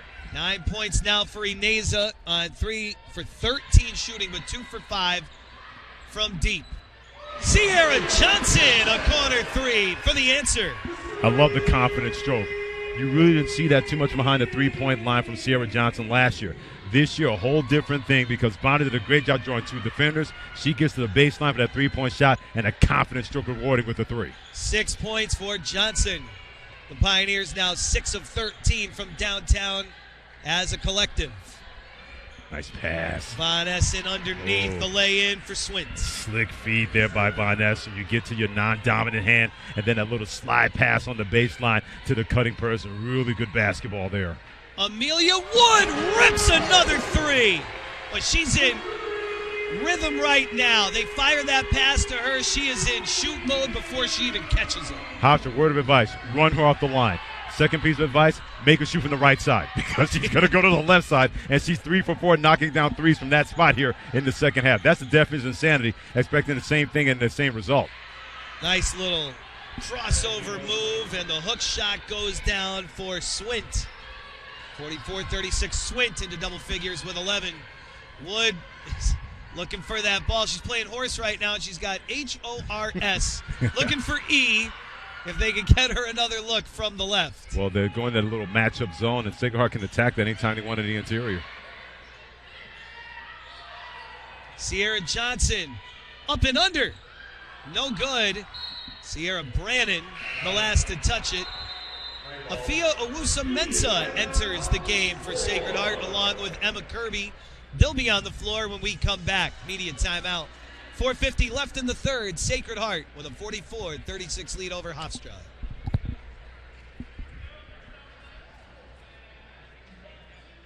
Want to go into the sports communication and media field, there isn't a place that's located in a better spot in the country than Sacred Heart. You'll learn how to do every single job in the sports industry and give yourself the best chance to get hired right out. We can offer this at a master's level that really makes sense. So people can come here for one concentrated year and come out ready to work in the sports industry. We're here for lifers. We're here to develop your skills for a 40-year career in sports media. We're the perfect place to start. Sacred Heart making moves after a great run in the Northeast Conference. Joining the MAC, you're thinking about what game day is going to be like for Shoot Hoops with conference games in crosstown rivalries with Fairfield and Merritt Parkway battles with the Quinnipiac Bobcats. Other schools that are really peer schools to Sacred Heart, where they're going as an institution like Iona, Siena. Of course, already some rivalries there in Atlantic hockey with Niagara and Canisius. There's a lot to be excited about, and we were kind of hitting on it before, Freddie, but in this era of a lot of player movement, the transfer era, the entire program's transferring. So Sacred Heart and Merrimack kind of in a unique position, because if you do, as a player, want a next level opportunity, the whole program's going. So it's kind of a unique situation. If you want a new challenge, there's one coming no matter what for Sacred Heart and for Merrimack. And remember, in the MAC, you're also having like-minded schools like you had in the Northeast Conference, and that's why Jessica Minetti, the coach of Sacred Heart, said the NEC will always be home, but they're ready for the challenge of the MAC because, like you mentioned, now you play Quinnipiac twice a year. You play Fairfield twice a year. Iona's not that far away, barely an hour away on the New York side. Marist going towards the western part in terms of western New York and the Hudson Valley. So you have like-minded schools, but the NEC has been terrific, but it's the proper move, and I think the right move for the conference when it comes to the MAC and for Sacred Heart as a university. 44-36, the Pioneers lead Hofstra out of the CAA. And the Pioneers with a press. Ineza able to get it past Bonner over the timeline of Knights. 20 on the shot clock. Kenafio Wusa-Mensah out there at guard. Pioneers settling into a 2-3. And one of the few times you see them, usually when they do that press, Randy, they go into the man-to-man. Breaking that zone, Joseph Bernard gets the pass underneath and misses. Von Essen with a fresh shot clock, the offensive rebound. Yeah, if you're going to be in the zone, Randy, when the ball goes up in the rim, you got to box out people. Open look, Knights, corner three. Back iron. Sajeda Bonner the rebound. And usually long shots, especially from the baseline, always equal long rebounds on the other side. And Sajeda Bonner in the perfect position, tracking the basketball and getting that rebound to keep it away from Hofstra. They needed it because the one area where Hofstra is just dominating Sacred Heart today is on the boards. Pryor, the pull-up from the baseline. She nails it. They lost tracker in the matchup zone, Randy, and if you're going to lose track of anybody, it should not be number one in white. You always know where she is, whether she has the basketball or not. 8 points for Pryor. Talk about that rebound advantage for Hofstra. They don't get it here. Johnson the rebound, but they have 29 boards to 18 now for the Pioneers. Bonner put up a contested three around a screen. The rebound for Hofstra. Ineza try to get it underneath tonight. She gets tangled with Bonner and Pryor, and they're going to get Bonner for a foul. Well, don't let the size of Alley Knights fool you. There's some feistiness, a little crocodile Dundee. It's like, back off me. Mr. Price and Jada Bonham not having that. But she was really good getting that ball and keeping possession and also managing the basket to the point that they had to create a foul on her when they tried to get the steal and take the ball away. Crocodile Dundee. Nice reference. You're welcome. Good day. Good day. That ain't a rebound. This is a rebound. Look at you. We need to take this act on the road. Australia today, yes, Sacred Heart tomorrow. That's right. Von Essen misses. 10-point lead for the Pioneers. Afia Owusu-Mensah. No points yet for the Glendale, Maryland native, but with Olivia Tucker going down, you know, you may see an opportunity here for Afia Owusu-Mensah to get some more minutes. Oh, you're going to see a lot of minutes for people that normally don't have those kind of minutes restrictions on them based on the talent in front of them. So if you're Mensah, this is a golden opportunity to try to make some hay and also have a chance to look at the coach and say, hey, we need to give her more time when Olivia Tucker comes back from the ankle injury she suffered in this game today. The spin move, the crossover, and the drive by Pryor. It doesn't go down, and she never hit the rim. So it is a shot clock violation. At least initially that's what they're calling it. But the Pioneers sideline, as well as Pryor, both saying that caught rim. Let's see. I wanted this called the back of the rim of the heel of when she made this foray inside, and that's hard to tell from that angle. I don't think so. I'm with you, Randy. I think they got it right the first time by saying that ball did not touch the rim. That should be a shot clock violation against the Pioneers. How about the handles by Pryor, though? We're not surprised because when you live in an area of Baltimore, Maryland, male, female, whatever, if you don't have handles like a coffee cup, you're going to get exposed on the playground. Good pass inside the Kirby. They are saying it did hit rim and awarding the Pioneers the possession. So a break here for the Pios. Kirby the kick out. Afia Owusu-Mensah misses. Sajada Bonner and Owusu-Mensah, they both crash for that rebound. The Pioneers keep it. Pryor drives. Count it! And the foul. We have to change her nickname. She's not Little Mama anymore. You keep doing stuff like that, you become the Big Mama on the basketball court. And her ability to not only finish through contact, but over height is just so impressive. Able to take the contact, able to use her ability. And sometimes, Randy, when you get hit, it tells you where you are in the lane. She is so good of knowing that the contact hits her one way, so she knows where to get the basket and where to put the ball up. She's been so great at using that contact, not to a disadvantage, but to an advantage to tell exactly what kind of location and where she is inside the lane. The foul is on Knights, her second personal. It leads to a three-point play for Pryor, who's in a double figures. Now 49-36, Sacred Heart. And she sat down a little bit in the first half, Randy. She may not sit down until this game is over. She may be going the full 20 here in the second half. 13 points for Pryor. She and Bonner tied for the team lead. Knights misses the three. Wood grabs the rebound. She tangles with Von Essen. And they're going to hit Von Essen for a foul, a reach-in. She was so good, Randy, running 10 feet to go get the basketball. And the ball goes up. She's right there. She's at the free throw line. Then you go get the basketball. She didn't stand around and wait. She decided, I'm going to go get this basketball to make sure it's a gang rebounding situation. Really good play by Amelia Wood. The second personal on Von Essen, the team's second. Wood from her spot. Nope. She hasn't won the game of horse yet. Yeah, no, but she's close. She's getting there. Von Essen, a three. Hofstra really needed that one. They're down 10 now. Give them a lot of credit, Randy. We mentioned they play a little bit of deliberate offense, but they've shown that in their secondary break or even their fast break, if they get to a spot where the defense can't find them, they are not adverse to not putting that ball up on the glass. 13 now for Von Essen. Winding down the end of the third quarter. Pryor. Owusu-Mensah kicks baseline to Johnson. No. Offensive rebound, Amelia Wood, and the putback. And you know, so smart, Randy. She didn't bring the ball down for a power dribble.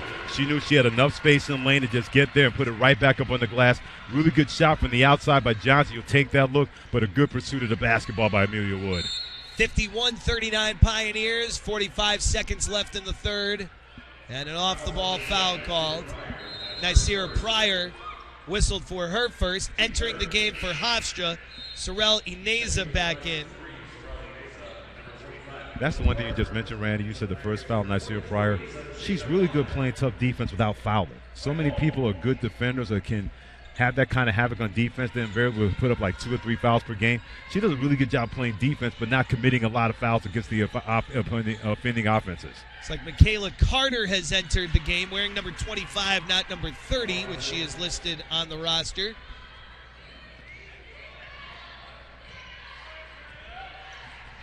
(51-41) now as that last jump shot goes down for Von Essen, who's racking them up. 6 of 13 from the floor, 15 points in the game. Shot clock down to 9, game clock down to under 10. About 2.5 seconds between the game clock and shot clock. Wood drives and misses. The rebound for Hofstra. Ineza has to get it off, and she gets stopped by Johnson on a foul with a half a second on the clock. Sierra Johnson thought she got all ball, but it's going to give Hofstra a chance at the line with 0.5 on the clock. She got a little bit of the right wrist, and she was able to block the shot there, but you know what? We've seen a lot of things not called in that situation, so you understand exactly why Sierra Johnson's a little exercised about that call.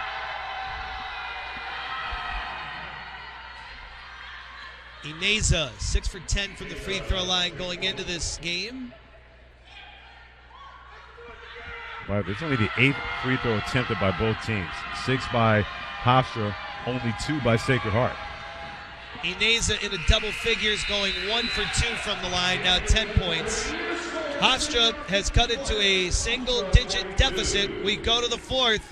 10 minutes left in regulation, a 9-point lead for the Sacred Heart Pioneers, and they're home opener over Hofstra.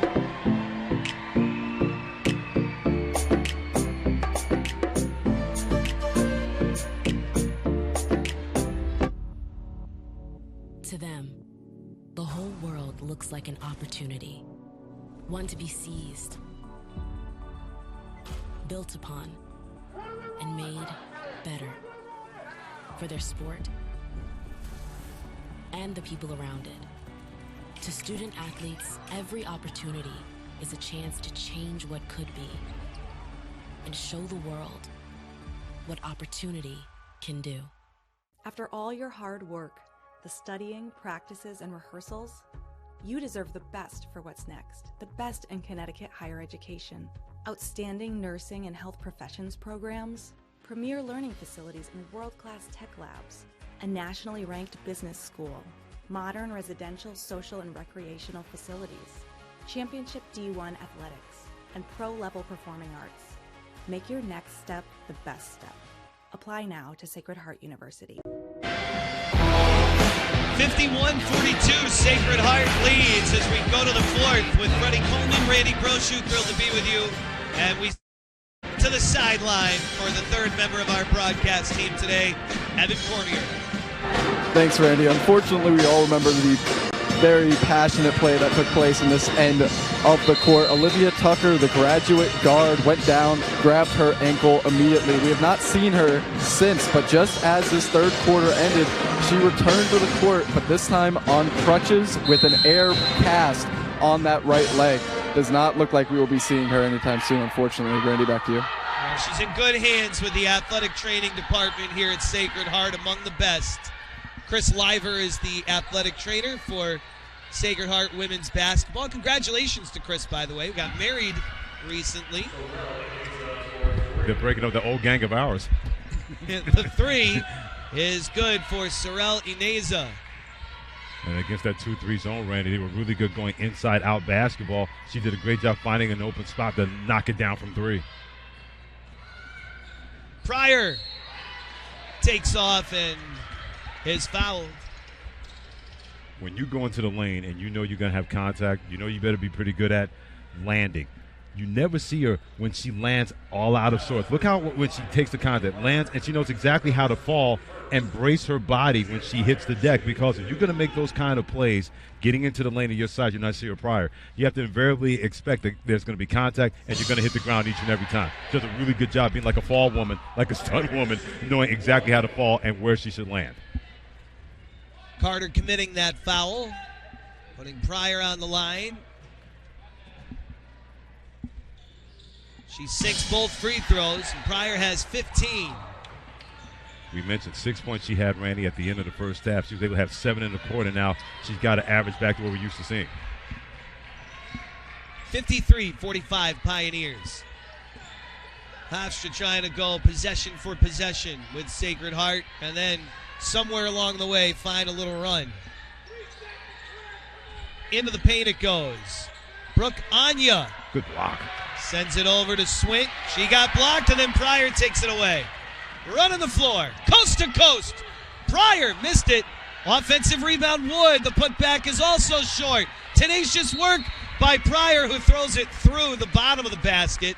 That doesn't count. Although, if you're at the carnival, it should. Right. If you did at the carnival, you get any stuffed animal you want. You make that kind of shot. Yeah, she might have won a stuffed animal at the carnival. Here in this Division I women's college basketball game, she earns a trip to the line. She's imposing her will because you saw one in. She's giving up over a foot to somebody else. You block her shot, then you rip her down below and get the steal. And then at the other end, you don't get the layup, but you're able to get the offensive rebound. She's knowing exactly, you understand moments when you're stars. And she understands that, hey, we got to lead. We have a chance to really kind of put this team away. I got to put my team on my shoulders right now.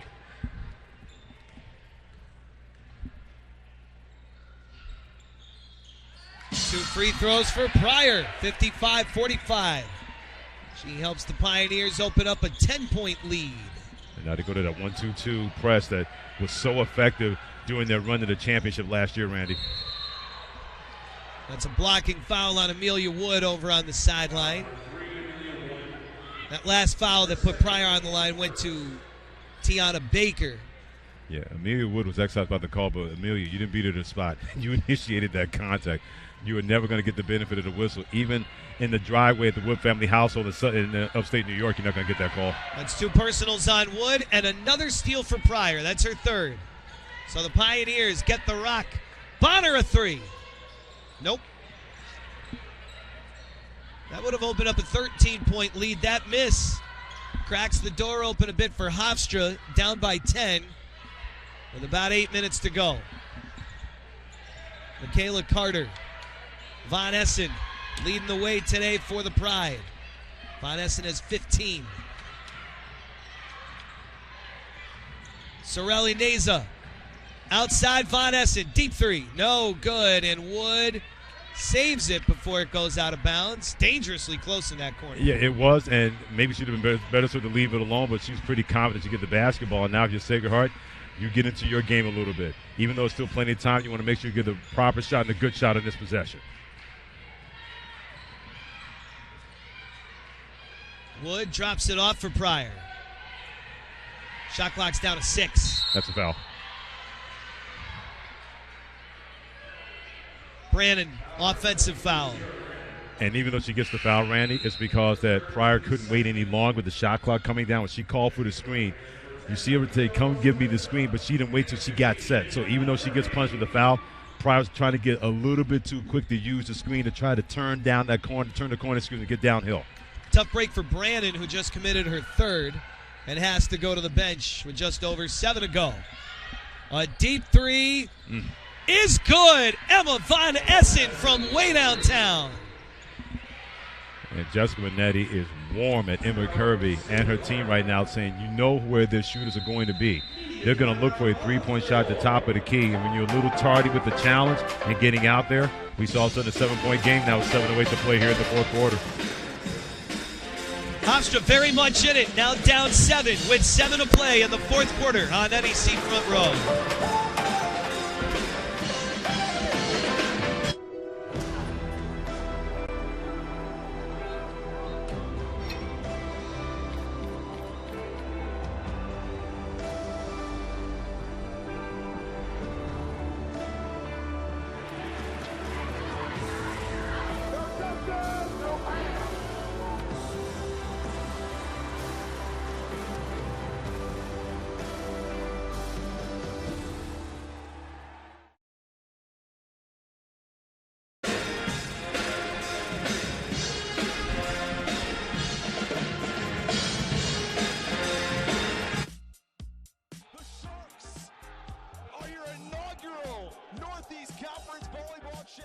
It's a day for the Knights as FDU wins it. Merrimack Warriors. Emma Von Essen has brought the Pride back. They're within 7 with 7 to play. She has 18 today. For a little more on her, let's go back to Evan Cormier. Thanks, Randy. If this was 20 years ago, Emma Von Essen would be cutting out the newspaper clippings from this one. She has now completely eclipsed her previous career high of 14 points. She's passed her career high in field goals made as well as three-point shots made. She's putting on a game to remember. Randy? And by the way, Emma Van Essen, she made game-winning shots in the first 2 rounds of the Colonial Athletic Association tournament last year, so she's used to stepping up in big moments. And if you want to be a physician or a nurse like she wants to be, you got to be aware of the moment. But right now, she's a little doctor my eyes outside from the three-point line, makes sure Hofstra not allow Sacred Heart to run away from them. Nobody clips newspaper clippings anymore? Does this generation know newspapers, period? My mom still does. Mom gets the New Britain Herald every day. Oh, yeah? Cuts out the clippings for anything, about anybody she knows. Well, you can't even cut out clippings when it comes to coupons in newspapers. Just go online, scan and go. Even I know that now. And I'm older than dirt. And even I know that now. You're hipping with it, Freddie. Yeah. Come on. You're too kind. Let's put it that way. 7 minutes to go. The Pioneers leading by 7. So Jada Bonner guarded outside by Anya. She drives on her. She throws an elbow. That's going to be an offensive foul on Jada Bonner, the team's third, and Bonner's third. Even though she was moving, Jada did not do herself any favors by putting that left shoulder right there.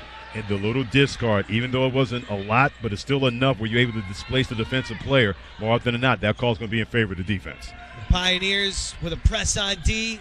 They settle back. So Bonner in a bit of foul trouble now with 3. The Pride down by 7, crashing those rebounds. Anya, a couple of boards. And a foul underneath. Pryor looks disappointed.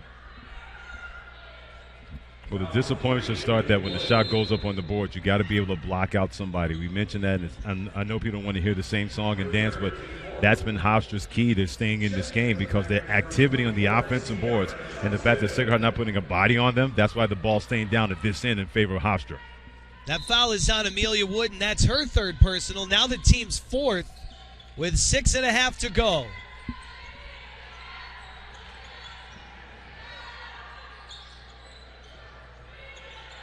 Kirby going up after the miss, and that's another foul on Sacred Heart. And if it's Wood, that's 4, and it is on Amelia Wood. Yeah, she is unhappy about that, and Pryor trying to calm her down a little bit, but now she gets replaced because you took Bonner out to give her a break to bring in Sierra Johnson. Now you got to bring Bonner back in, and now Sacred Heart really small, essentially with 4 guards and 1 center on the floor right now to try to combat Hofstra in the offensive end. So Olivia Tucker out with the ankle injury in the first half. Amelia Wood to the bench with 4 personals. So Jada Bonner's got to be careful. On the floor with 3. This is Hofstra's moment right here, but Brooke Anya misses the free throw. Keeps it a 7-point game. She makes good on the second, and the lead for Sacred Heart is down to 6. Well, we saw Pryor put this team on her shoulders a little bit in the early part of this fourth quarter, but somebody else has to make sure they step up and make some plays, especially in the defensive end when it comes to rebounding. Good ball movement here by the Pioneers, working a little perimeter. 6 minutes to go. Now they go to a little 1-4 flat to try to get downhill into the lane with their guards. Johnson picked up her dribble, spins, and that spins out. Ineza the rebound. 2-possession game. Ineza, a rim run. No good. That rebound is a battle between Anya and Pryor. Well, who's the foul going to be on that? I think it's going to be on Pryor. I thought Pryor was really good down below getting the basketball, Randy, even though she gets punished for the foul. Good challenge by Kirby up there, but once again, to go to the offensive boards, and maybe they got her for maybe grabbing the left arm or maybe diving on top of the player trying to get the loose ball. But either way, now the 15th foul on Sacred Heart. 2 shots from now on the free throw line for Hofstra for the rest of this fourth quarter. Anya, a 50% free throw shooter through the first 3 games this season. That one's good, and it's a 5-point game. 7 for 14 from the free throw line. But she makes both of these on that trip. It's a 4-point game. And you wonder how much longer you can sit Amelia Wood on the bench of your Sacred Heart, even though with 4 personal fouls, you wonder in terms of time how much will elapse before she brings her back in if you're Jessica Minetti, the coach of the Pioneers. Kayla Joseph Bernard enters the game. Afia Wusa-Mensah breaks a double team with a pass to Johnson. There's Bonner, a three. Good! The Pioneers needed it desperately, and their graduate senior, Sajada Bonner, knocks it down. That was a great play by Sierra Johnson. You get to the middle, you attack the defense, and a good job by Bonner to get where she wanted to get to. And she felt that ball was going to be good as soon as it left her hand, and she was rewarded for it. 16 points for Bonner. The lead back to 7 for the Pioneers, and they've got the ball turned over into the hands of Emma Kirby. She tried to throw her open, and she wasn't open, mainly because Mensah did such a great job face guarding, use a football term, Randy. She thought she could just throw a blind pass, but Mensah's defense and ability to stay with the offensive player kept that from being an easier shot for Hofstra. Final 5 of regulation. And a foul whistled here against Hofstra. A hand check on Kayla Joseph Bernard. And this is a good substitution here. Mensah has given them really good minutes. Dudley gave them really good minutes in the first half. Randy, really good substitution by Minetti and her staff to take out one player who's had to step up her minutes because Tucker's out with an injury, and bring in a freshman who's been really good so far at the bench for Sacred Heart in the last couple of games. With 4:49 to go in the fourth, that's just the third team foul for Hofstra. First personal on Joseph Bernard.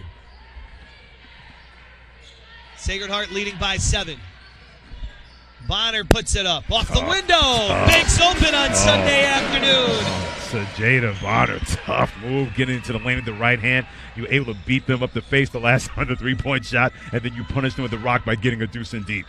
18 points for Bonner. The pull-up for Von Essen, no good. Sacred Heart leading by 9. Pryor, the little hezzy. She gets blocked by Anya. Brooke Anya with a rejection. Huge possession here for Hofstra.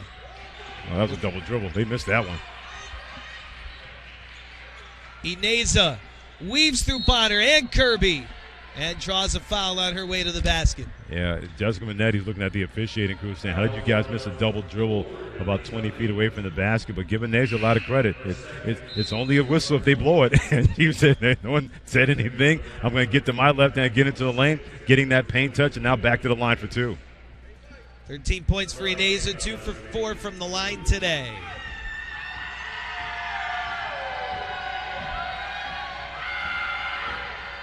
These are the kind of early season games, Randy, that only help you.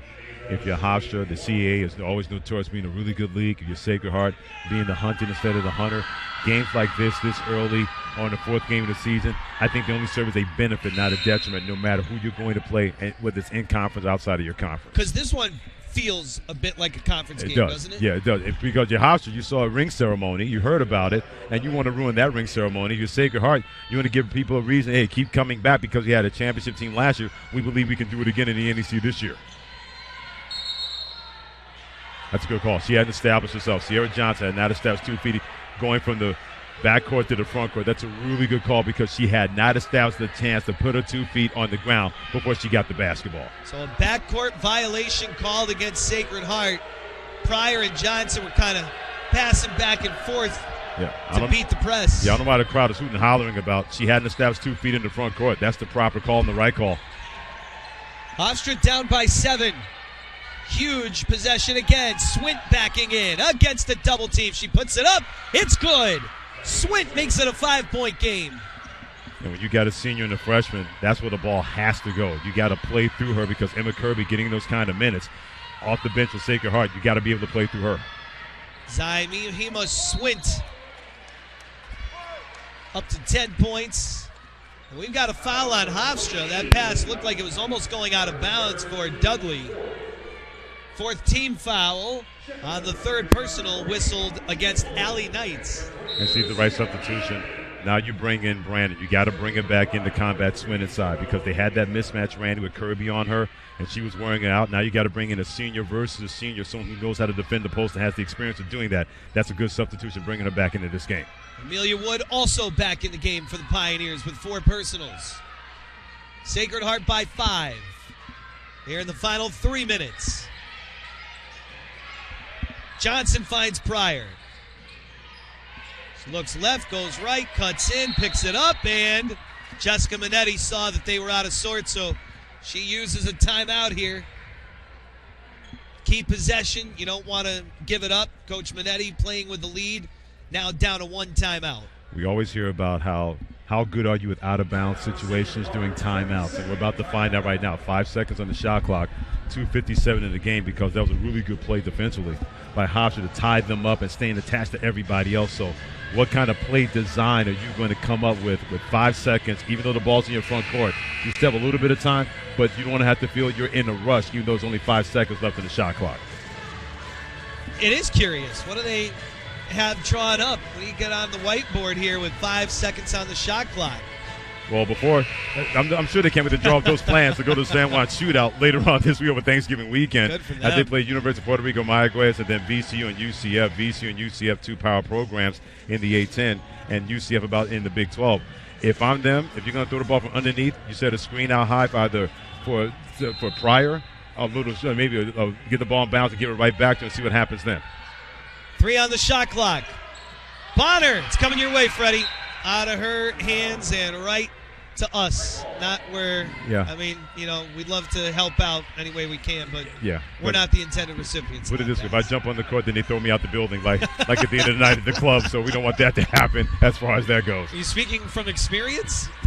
both as the thrower and the throwee, yes. Yes, that's right. I can't wait for the Freddie Coleman book to come out.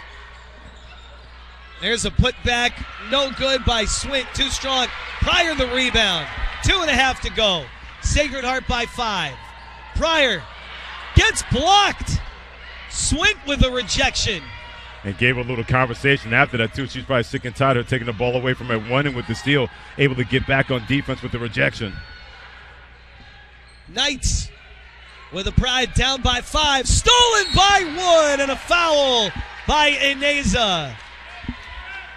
Lazy pass and a predatory attitude in the passing lane equals a win-win for the defense and good anticipation. You can't be that lazy, Randy, with that kind of distance between you and the person you're passing the basketball to. Give Amelia Wood a lot of credit when she was able to see the ball, and then when the pass was a little late and a little lax, she was able to step into the passing lane for the steal. 5 team fouls on Hofstra. Ineza with her first personal. And Amelia Wood hits the front end of the free throws, 7 for 9 this year. And she was really strong last year as a freshman at 78% from the free throw line. Well, put it this way, talk about somebody's minutes that are going to go up, definitely hers. If Olivia Tucker's going to be out of this lineup, then that seems to be the odds-on choice. She goes 2 for 2 from the line to step into the starting lineup in place of Olivia Tucker. 62-55, bonus the rest of the way for both Hofstra and Sacred Heart. The Pioneers with the lead.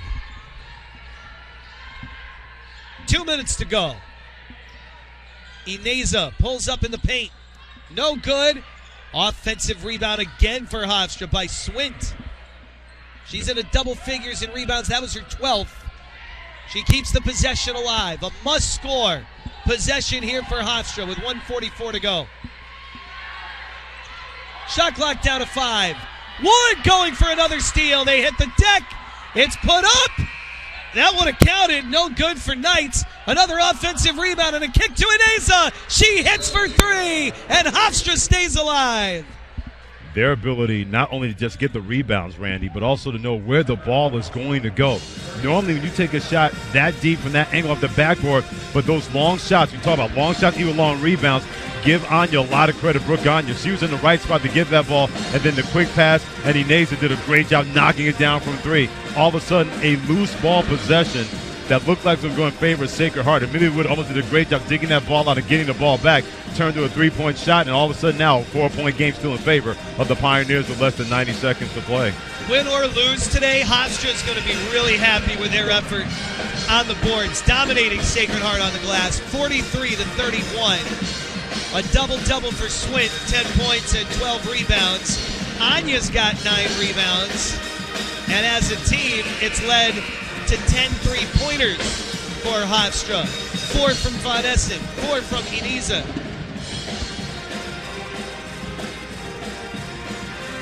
Well, we said if Hofstra keep this game in the 50s and 60s to give themselves a chance.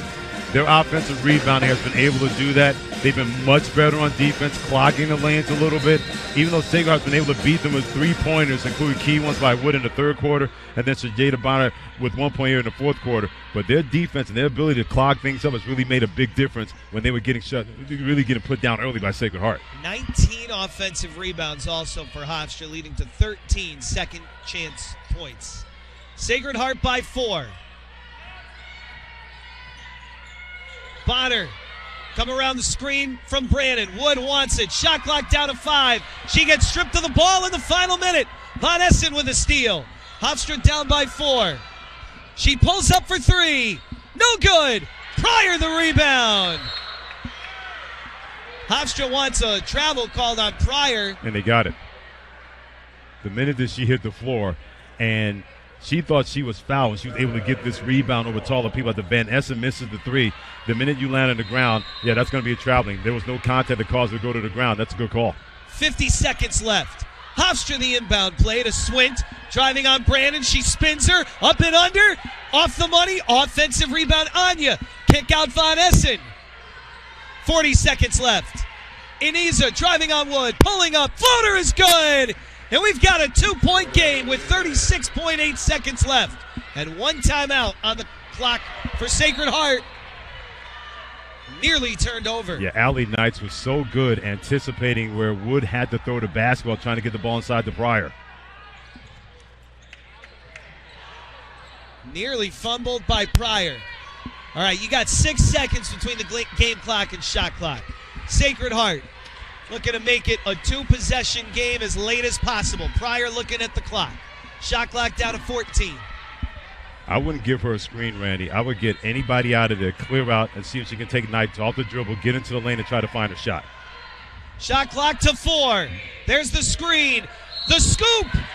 And Pryor draws a foul with 7.1 on the clock and has a chance with 2 free throws coming to make it a 2-possession game. And Swin is saying that she got there, but the body contact, if anything, they could have called Allie Knights for that a little bit with her body contact when she was able to get to her left hand and get a chance to get into the lane. And how crucial these free throws. You have a chance to make it a 4-point game with 7.1 to play, and Hofstra only 1 timeout left. Pryor misses.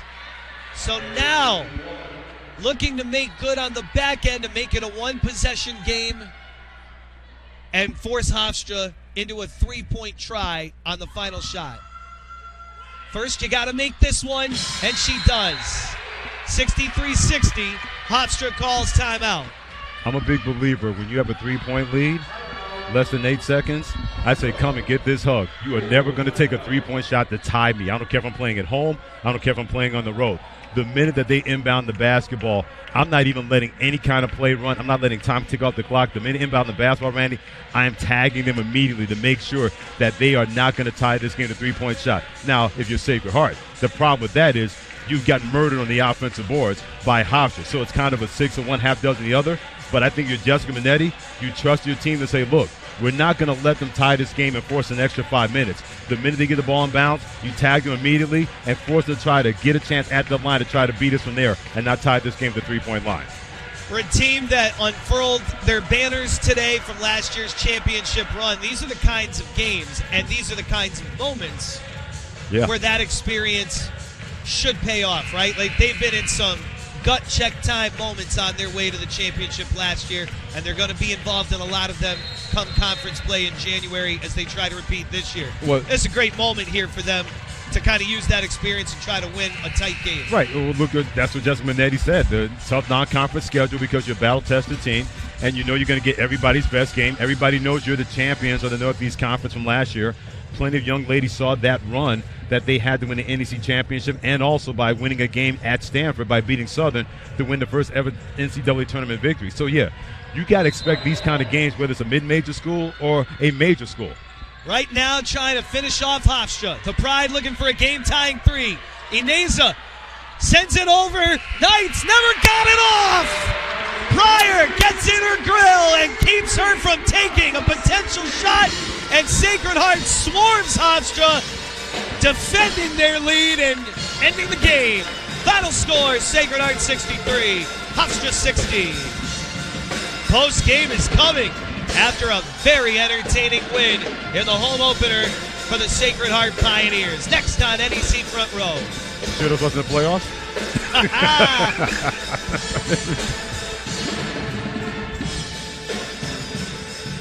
Football is the game of life, and it brings the community together. White, black, boys, girls. Flag, tackle. Football can revive communities. That's why I think football is on the right path. Community with football is very accepting and loving to people who enjoy the sport. Win or lose, they do it as a family. If you want to go into the sports communication and media field, there isn't a place that's located in a better spot in the country than Sacred Heart. You'll learn how to do every single job in the sports industry and give yourself the best chance to get hired right out. We can offer this at a master's level that really makes sense. So people can come here for one concentrated year and come out ready to work in the sports industry. We're here for lifers. We're here to develop your skills for a 40-year career in sports media. We're the perfect place to start.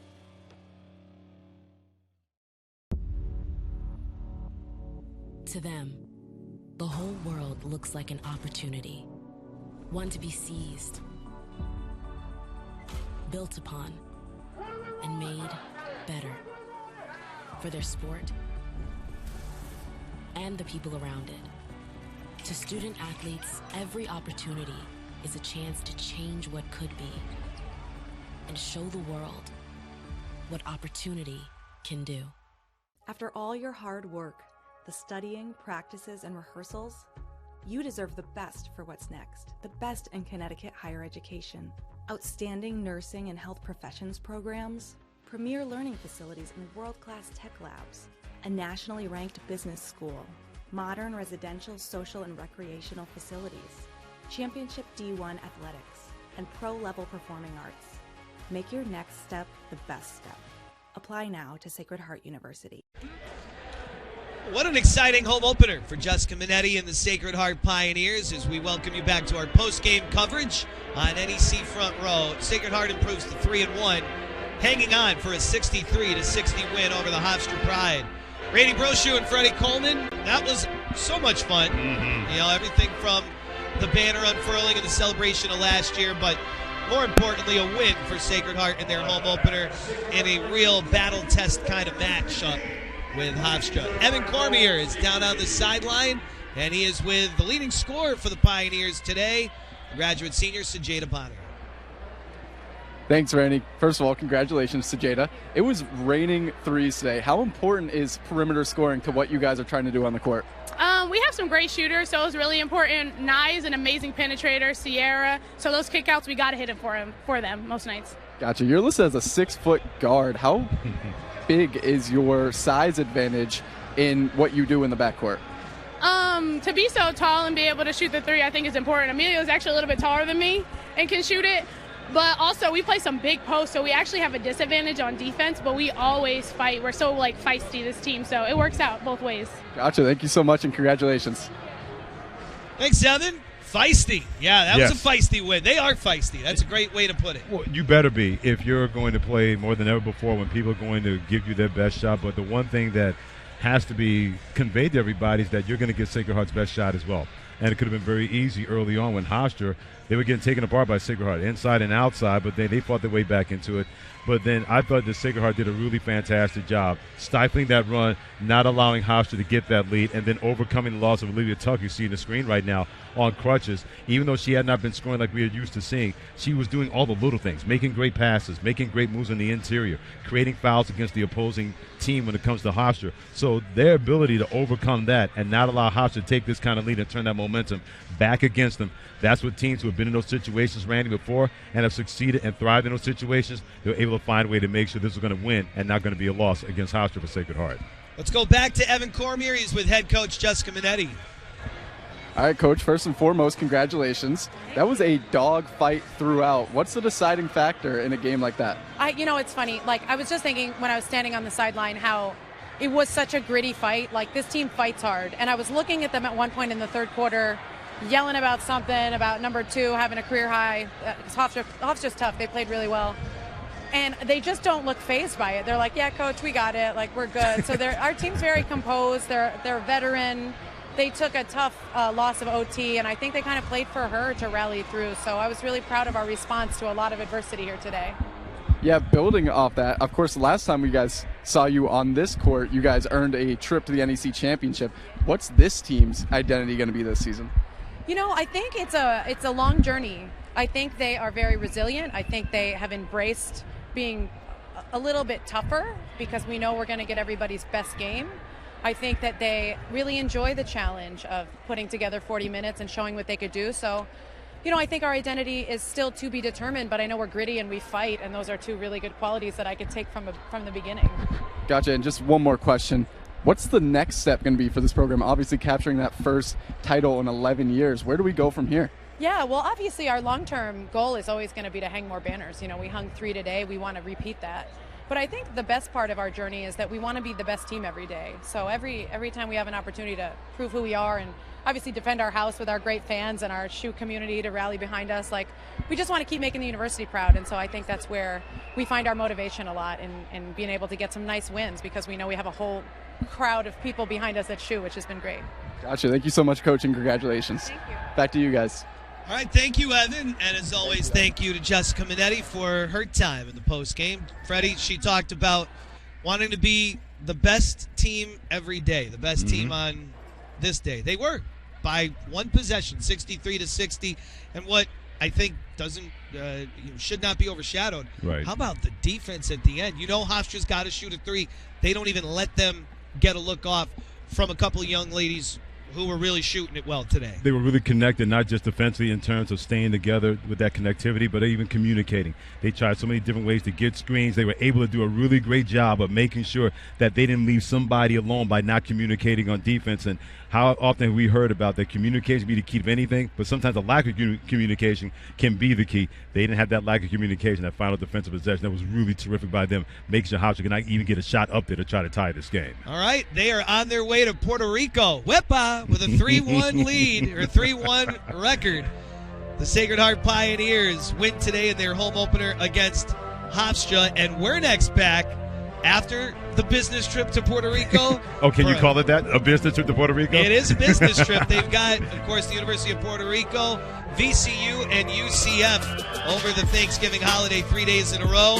And then on SNY and here on NEC Front Row, a crosstown rivalry. Sacred Heart and Fairfield. It'll be a conference game next year. Yeah. It's going to be a lot of fun next week. It's going to be really interesting how you're able to have a great start, 3-1 going into the Puerto Rico trip, and then Fairfield's going to feel like a conference game, even though they won't be conference mates until next year. That's going to be a lot of fun having two crosstown rivals playing each other again and getting a chance to set everything up for maybe a good start to the non-conference season before conference play starts in January. Sacred Heart now 3-1. Hofstra dropping to 2-2. The final score: Sacred Heart 63, Hofstra 60. For my partner courtside, Freddie Coleman, Evan Cormier on the sideline, and producer Shannon Torres. This is Randy Brochu. Thank you for joining us. We wish you all a very happy Thanksgiving this week, and so long from Sacred Heart University.